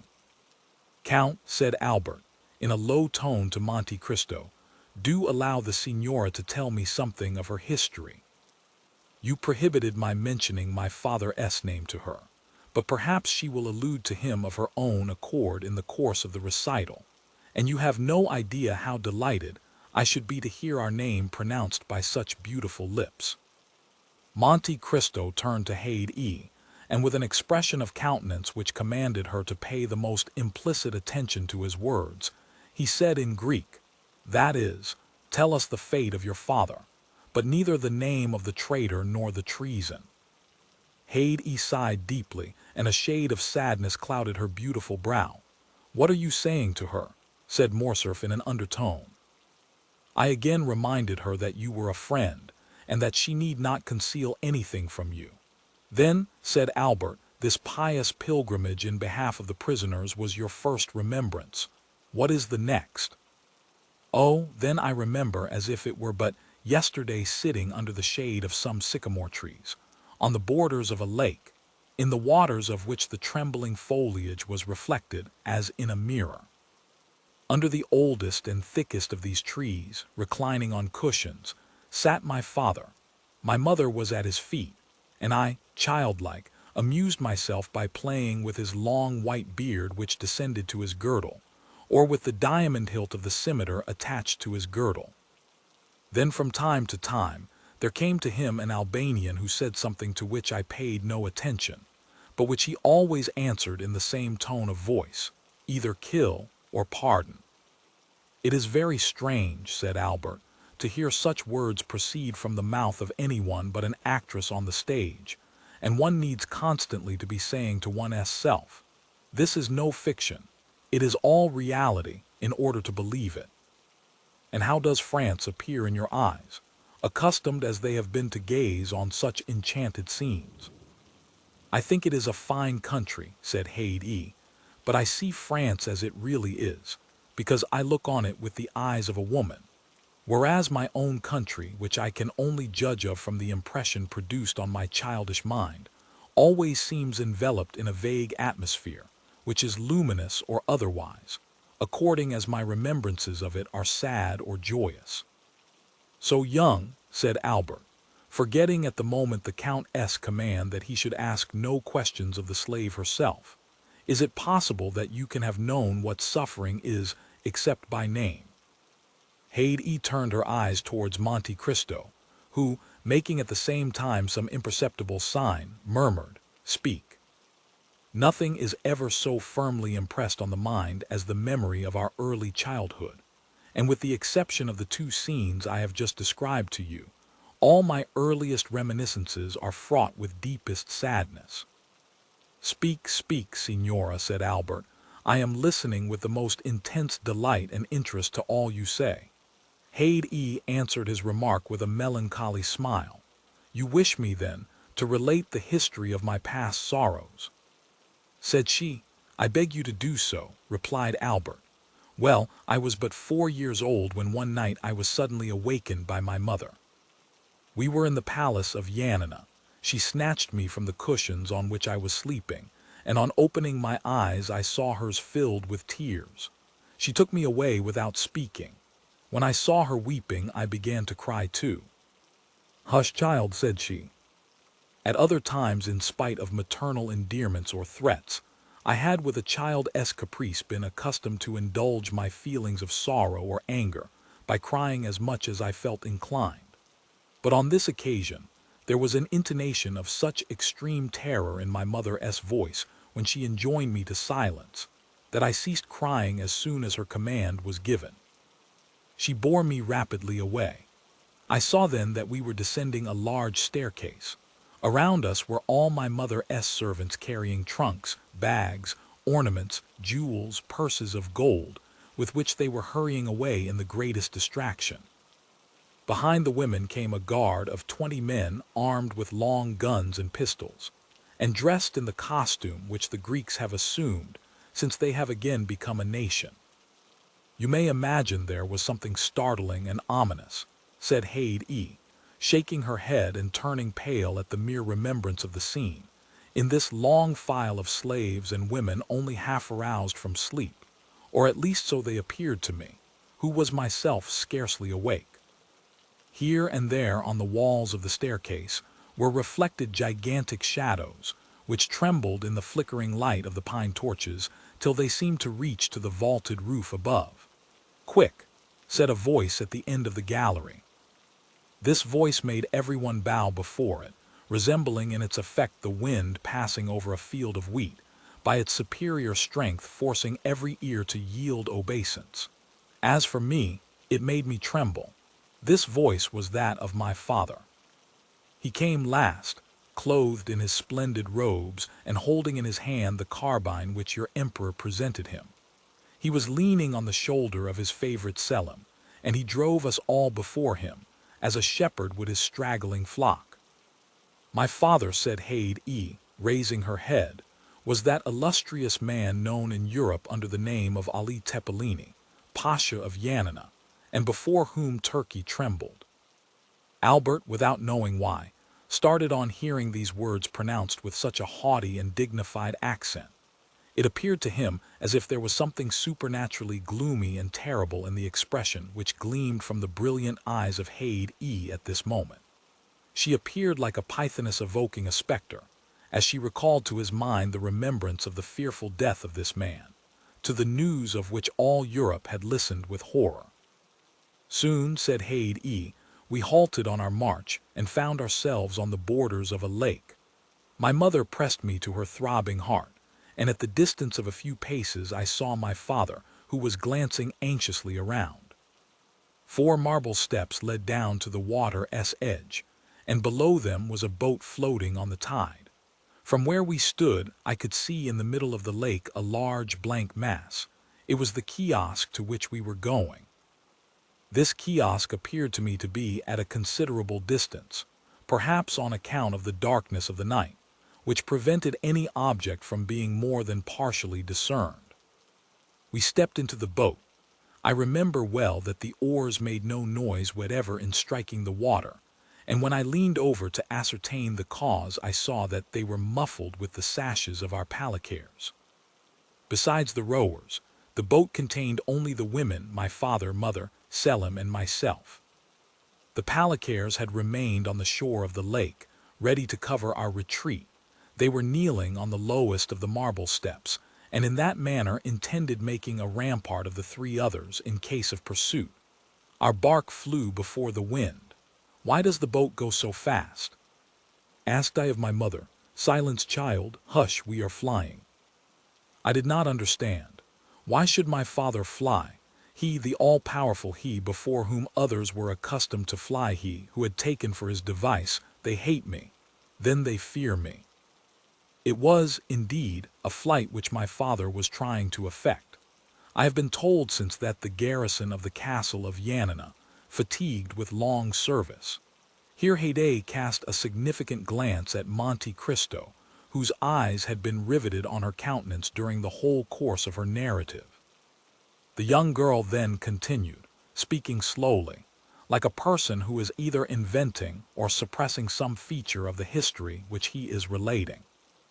"You were saying, Signora," said Albert, who was paying the most implicit attention to the recital, "that the garrison of Yanina, fatigued with long service, had treated with the Saraskir Kuachid, who had been sent by the Sultan to gain possession of the person of my father. It was then that Ali Tepelini, after having sent to the Sultan, a French officer in whom he reposed great confidence, resolved to retire to the asylum which he had long before prepared for himself, and which he called Cataphygin, or the Refuge." "And this officer," asked Albert, "do you remember his name, Signora?" Monte Cristo exchanged a rapid glance with the young girl, which was quite unperceived by Albert. "No," said she, "I do not remember it just at this moment, but if it should occur to me presently, I will tell you." Albert was on the point of pronouncing his father's name, when Monte Cristo gently held up his finger in token of reproach. The young man recollected his promise and was silent. It was towards this kiosk that we were rowing. A ground floor, ornamented with arabesques, bathing its terraces in the water, and another floor looking on the lake, was all which was visible to the eye. But beneath the ground floor, stretching out into the island, was a large subterranean cavern, to which my mother, myself, and the women were conducted. In this place were together 60,000 pouches and 200 barrels. The pouches contained 25 million of money in gold, and the barrels were filled with 30,000 pounds of gunpowder. Near the barrels stood Selim, my father's favorite, whom I mentioned to you just now. He stood watch day and night with a lance provided with a lighted slow match in his hand, and he had orders to blow up everything kiosk, guards, women, gold, and Ali Tepelini himself, at the first signal given by my father. I remember well that the slaves, convinced of the precarious tenure on which they held their lives, passed whole days and nights in praying, crying, and groaning. As for me, I can never forget the pale complexion and black eyes of the young soldier, and whenever the angel of death summons me to another world, I am quite sure I shall recognize Selim. I cannot tell you how long we remained in this state. At that period, I did not even know what time meant. Sometimes, but very rarely, my father summoned me and my mother to the terrace of the palace. These were hours of recreation for me, as I never saw anything in the dismal cavern but the gloomy countenances of the slaves and Selim's fiery lance. My father was endeavoring to pierce with his eager looks the remotest verge of the horizon, examining attentively every black speck which appeared on the lake, while my mother, reclining by his side, rested her head on his shoulder, and I played at his feet, admiring everything I saw with that unsophisticated innocence of childhood which throws a charm round objects insignificant in themselves, but which in its eyes are invested with the greatest importance. The heights of Pindus towered above us. The castle of Yanina rose white and angular from the blue waters of the lake, and the immense masses of black vegetation which, viewed in the distance, gave the idea of lichens clinging to the rocks, were in reality gigantic fir trees and myrtles. One morning my father sent for us. My mother had been crying all the night and was very wretched. We found the Pasha calm but paler than usual. "Take courage, Vasiliki," said he. "Today arrives the firman of the master, and my fate will be decided. If my pardon be complete, we shall return triumphant to Yanina. If the news be inauspicious, we must fly this night. But supposing our enemy should not allow us to do so," said my mother. "Oh, make yourself easy on that head," said Ali, smiling. "Selim and his flaming lance will settle that matter. They would be glad to see me dead, but they would not like themselves to die with me. My mother only answered by sighs to consolations which she knew did not come from my father's heart. She prepared the iced water which he was in the habit of constantly drinking, for since his sojourn at the kiosk, he had been parched by the most violent fever. After which she anointed his white beard with perfumed oil, and lighted his chibok, which he sometimes smoked for hours together, quietly watching the wreaths of vapor that ascended in spiral clouds and gradually melted away in the surrounding atmosphere.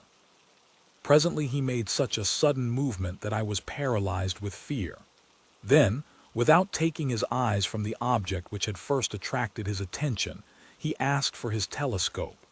My mother gave it him, and as she did so, looked whiter than the marble against which she leaned. I saw my father's hand tremble. "A boat, too." "3," murmured my father. "4." He then arose, seizing his arms and priming his pistols. "Vasiliki," said he to my mother, trembling perceptibly, "the instant approaches which will decide everything. In the space of half an hour we shall know the emperor's answer. Go into the cavern with Haydée." "I will not quit you," said Vasiliki. "If you die, my lord, I will die with you." "Go to Selim," cried my father.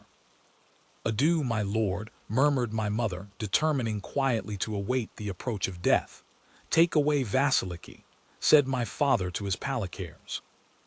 As for me, I had been forgotten in the general confusion. I ran toward Ali Tepelini. He saw me hold out my arms to him, and he stooped down and pressed my forehead with his lips. Oh, how distinctly I remember that kiss! It was the last he ever gave me, and I feel as if it were still warm on my forehead. On descending, we saw through the latticework several boats which were gradually becoming more distinct to our view. At first they appeared like black specks, and now they looked like birds skimming the surface of the waves. During this time, in the kiosk at my father's feet, were seated 20 palicares, concealed from view by an angle of the wall and watching with eager eyes the arrival of the boats. They were armed with their long guns inlaid with mother-of-pearl and silver, and cartridges in great numbers were lying scattered on the floor. My father looked at his watch and paced up and down with a countenance expressive of the greatest anguish. This was the scene which presented itself to my view as I quitted my father after that last kiss. My mother and I traversed the gloomy passage leading to the cavern. Selim was still at his post and smiled sadly on us as we entered. We fetched our cushions from the other end of the cavern and sat down by Selim. In great dangers the devoted ones cling to each other, and, young as I was, I quite understood that some imminent danger was hanging over our heads. Albert had often heard not from his father, for he never spoke on the subject, but from strangers the description of the last moments of the vizier of Yanina. He had read different accounts of his death, but the story seemed to acquire fresh meaning from the voice and expression of the young girl, and her sympathetic accent and the melancholy expression of her countenance at once charmed and horrified him. As to Haydée, these terrible reminiscences seemed to have overpowered her for a moment, for she ceased speaking, her head leaning on her hand like a beautiful flower bowing beneath the violence of the storm, and her eyes gazing on vacancy, indicated that she was mentally contemplating the green summit of the Pindus and the blue waters of the lake of Yanina, which, like a magic mirror, seemed to reflect the somber picture which she sketched. Monte Cristo looked at her with an indescribable expression of interest and pity. "Go on, my child," said the Count in the Romaic language. Haydée looked up abruptly, as if the sonorous tones of Monte Cristo's voice had awakened her from a dream, and she resumed her narrative.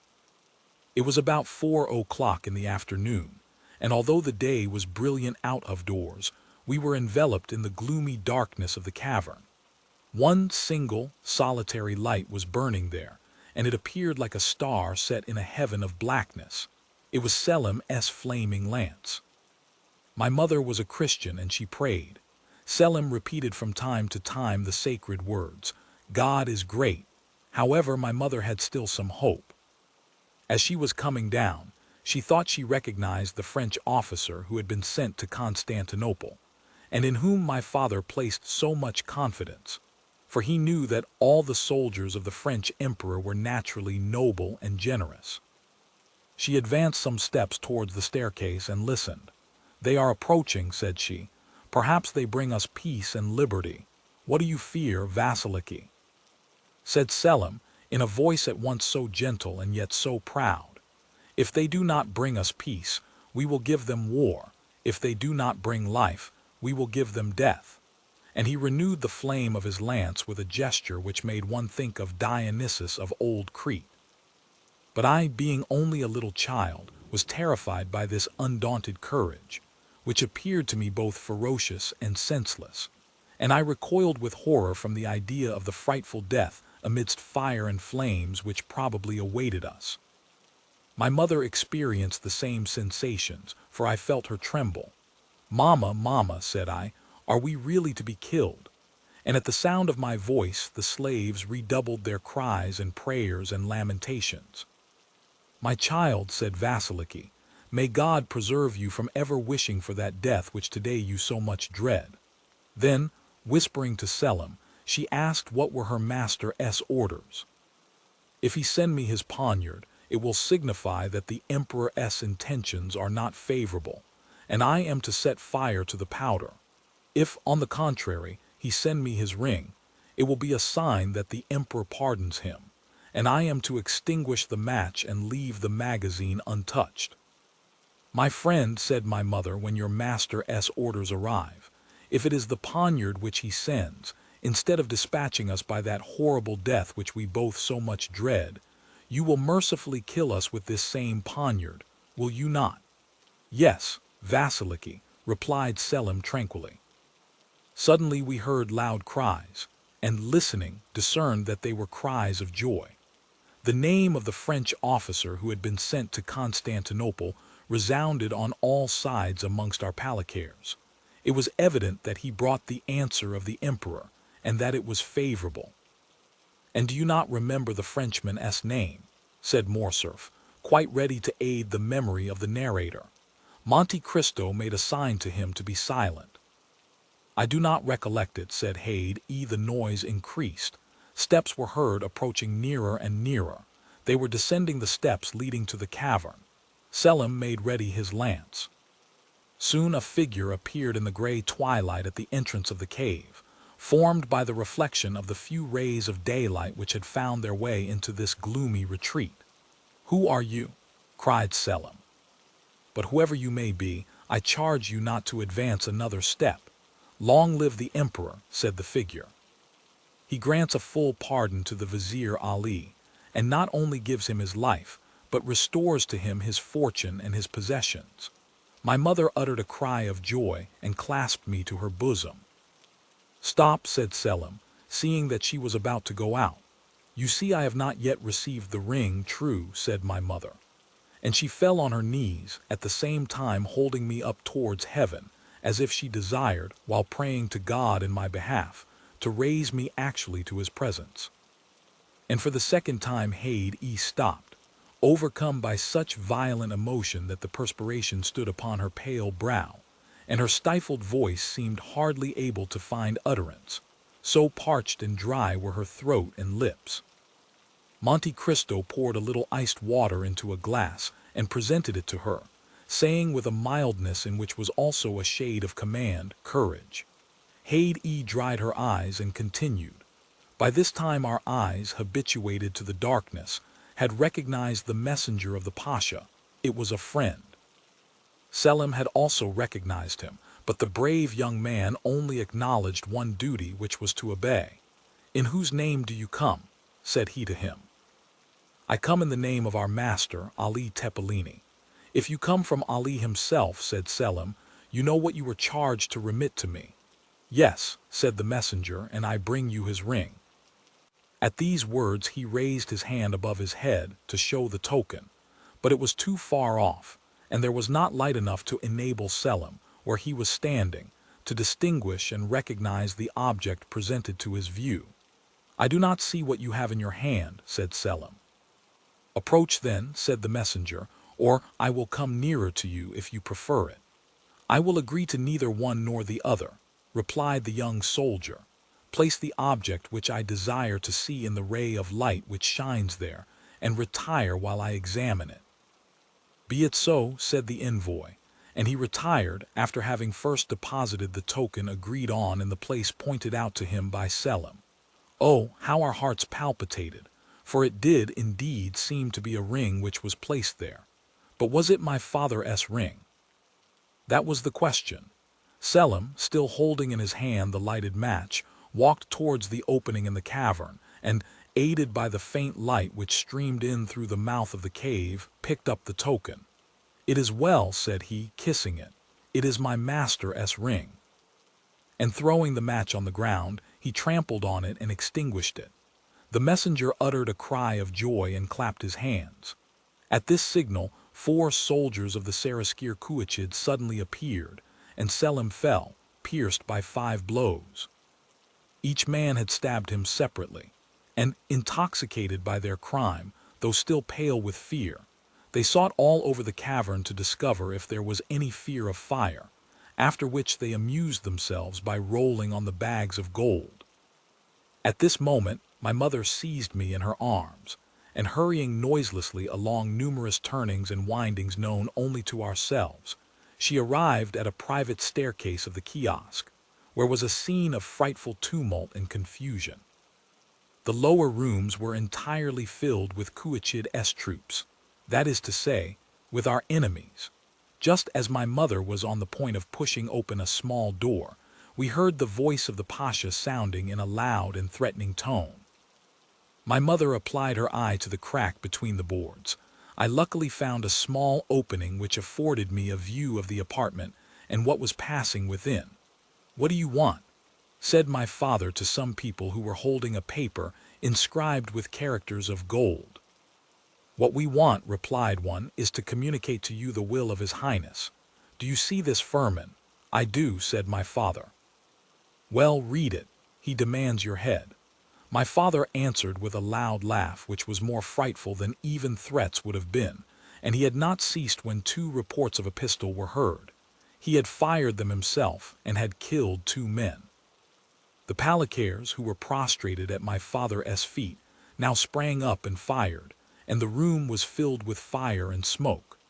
At the same instant the firing began on the other side, and the balls penetrated the boards all round us. Oh, how noble did the Grand Vizier my father look at that moment, in the midst of the flying bullets, his scimitar in his hand, and his face blackened with the powder of his enemies, and how he terrified them even then and made them fly before him. "Selim, Selim," cried he, "guardian of the fire, do your duty." "Selim is dead," replied a voice which seemed to come from the depths of the earth, "and you are lost, Ali." At the same moment an explosion was heard, and the flooring of the room in which my father was sitting was suddenly torn up and shivered to atoms. The troops were firing from underneath. 3 or 4 Palicares fell with their bodies literally plowed with wounds. My father howled aloud, plunged his fingers into the holes which the balls had made, and tore up one of the planks entire. But immediately through this opening 20 more shots were fired, and the flame, rushing up like fire from the crater of a volcano, soon reached the tapestry, which it quickly devoured. In the midst of all this frightful tumult and these terrific cries, 2 reports, fearfully distinct, followed by 2 shrieks more heartrending than all, froze me with terror.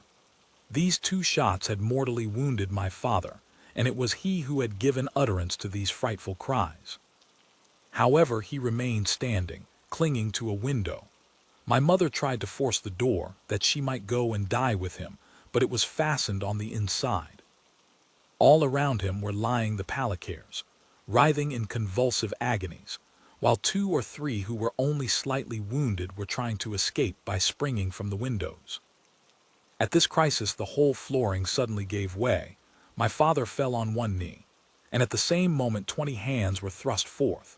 Armed with sabers, pistols, and poniards, 20 blows were instantaneously directed against one man, and my father disappeared in a whirlwind of fire and smoke kindled by these demons, and which seemed like hell itself opening beneath his feet.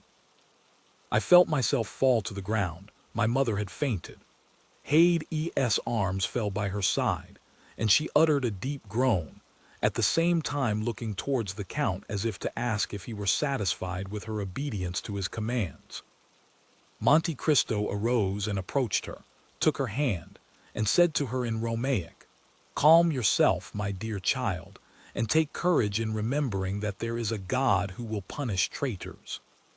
"It is a frightful story, Count," said Albert, terrified at the paleness of Hade's countenance, "and I reproach myself now for having been so cruel and thoughtless in my request." "Oh, it is nothing," said Monte Cristo.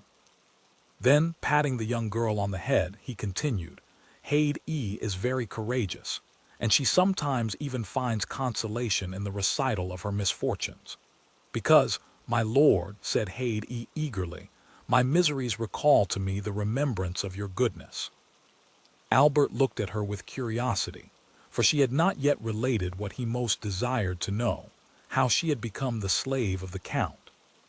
Hade saw at a glance the same expression pervading the countenances of her two auditors.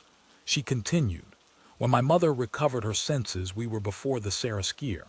'Kill,' said she, 'but spare the honor of the widow of Ali.' 'It is not to me to whom you must address yourself,' said Couachid. 'To whom, then?' 'To your new master. Who and where is he?' 'He is here.' And Couachid pointed out one who had more than any contributed to the death of my father, said Hade in a tone of chastened anger. 'Then,' said Albert, 'you became the property of this man.' 'No,' replied Hade, 'he did not dare to keep us, so we were sold to some slave merchants who were going to Constantinople. We traversed Greece and arrived half dead at the imperial gates. They were surrounded by a crowd of people, who opened a way for us to pass, when suddenly my mother, having looked closely at an object which was attracting their attention, uttered a piercing cry and fell to the ground, pointing as she did so to a head which was placed over the gates, and beneath which were inscribed these words: 'This is the head of Ali Tepelini, Pasha of Yanina.' I cried bitterly and tried to raise my mother from the earth, but she was dead. I was taken to the slave market and was purchased by a rich Armenian.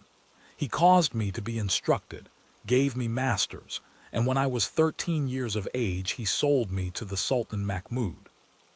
Of whom I bought her, said Monte Cristo, as I told you, Albert, with the emerald which formed a match to the one I had made into a box for the purpose of holding my hashish pills.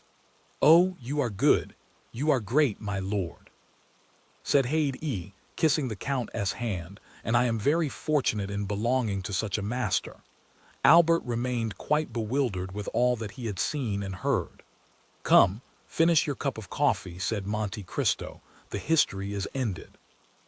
Will the weight of secrets shatter the soul, or will courage rise to meet the shadows? Can hope endure in a world cloaked in deception and despair? Discover the answers in next week's chapter. Join us Tuesday on Raining Book. Subscribe and tap the bell to follow every heart-pounding twist of fate and resilience. Tell us below, whose journey captivates you most? The steadfast hero forging a path through chaos, the enigmatic figure pulling strings from the shadows, or the quiet souls seeking light amidst darkness? Every like, comment, or share fuels our mission to bring stories as gripping and unforgettable as Dumas' masterpiece. Until then, keep your imagination alive for whispered plots and grand revelations. Happy listening.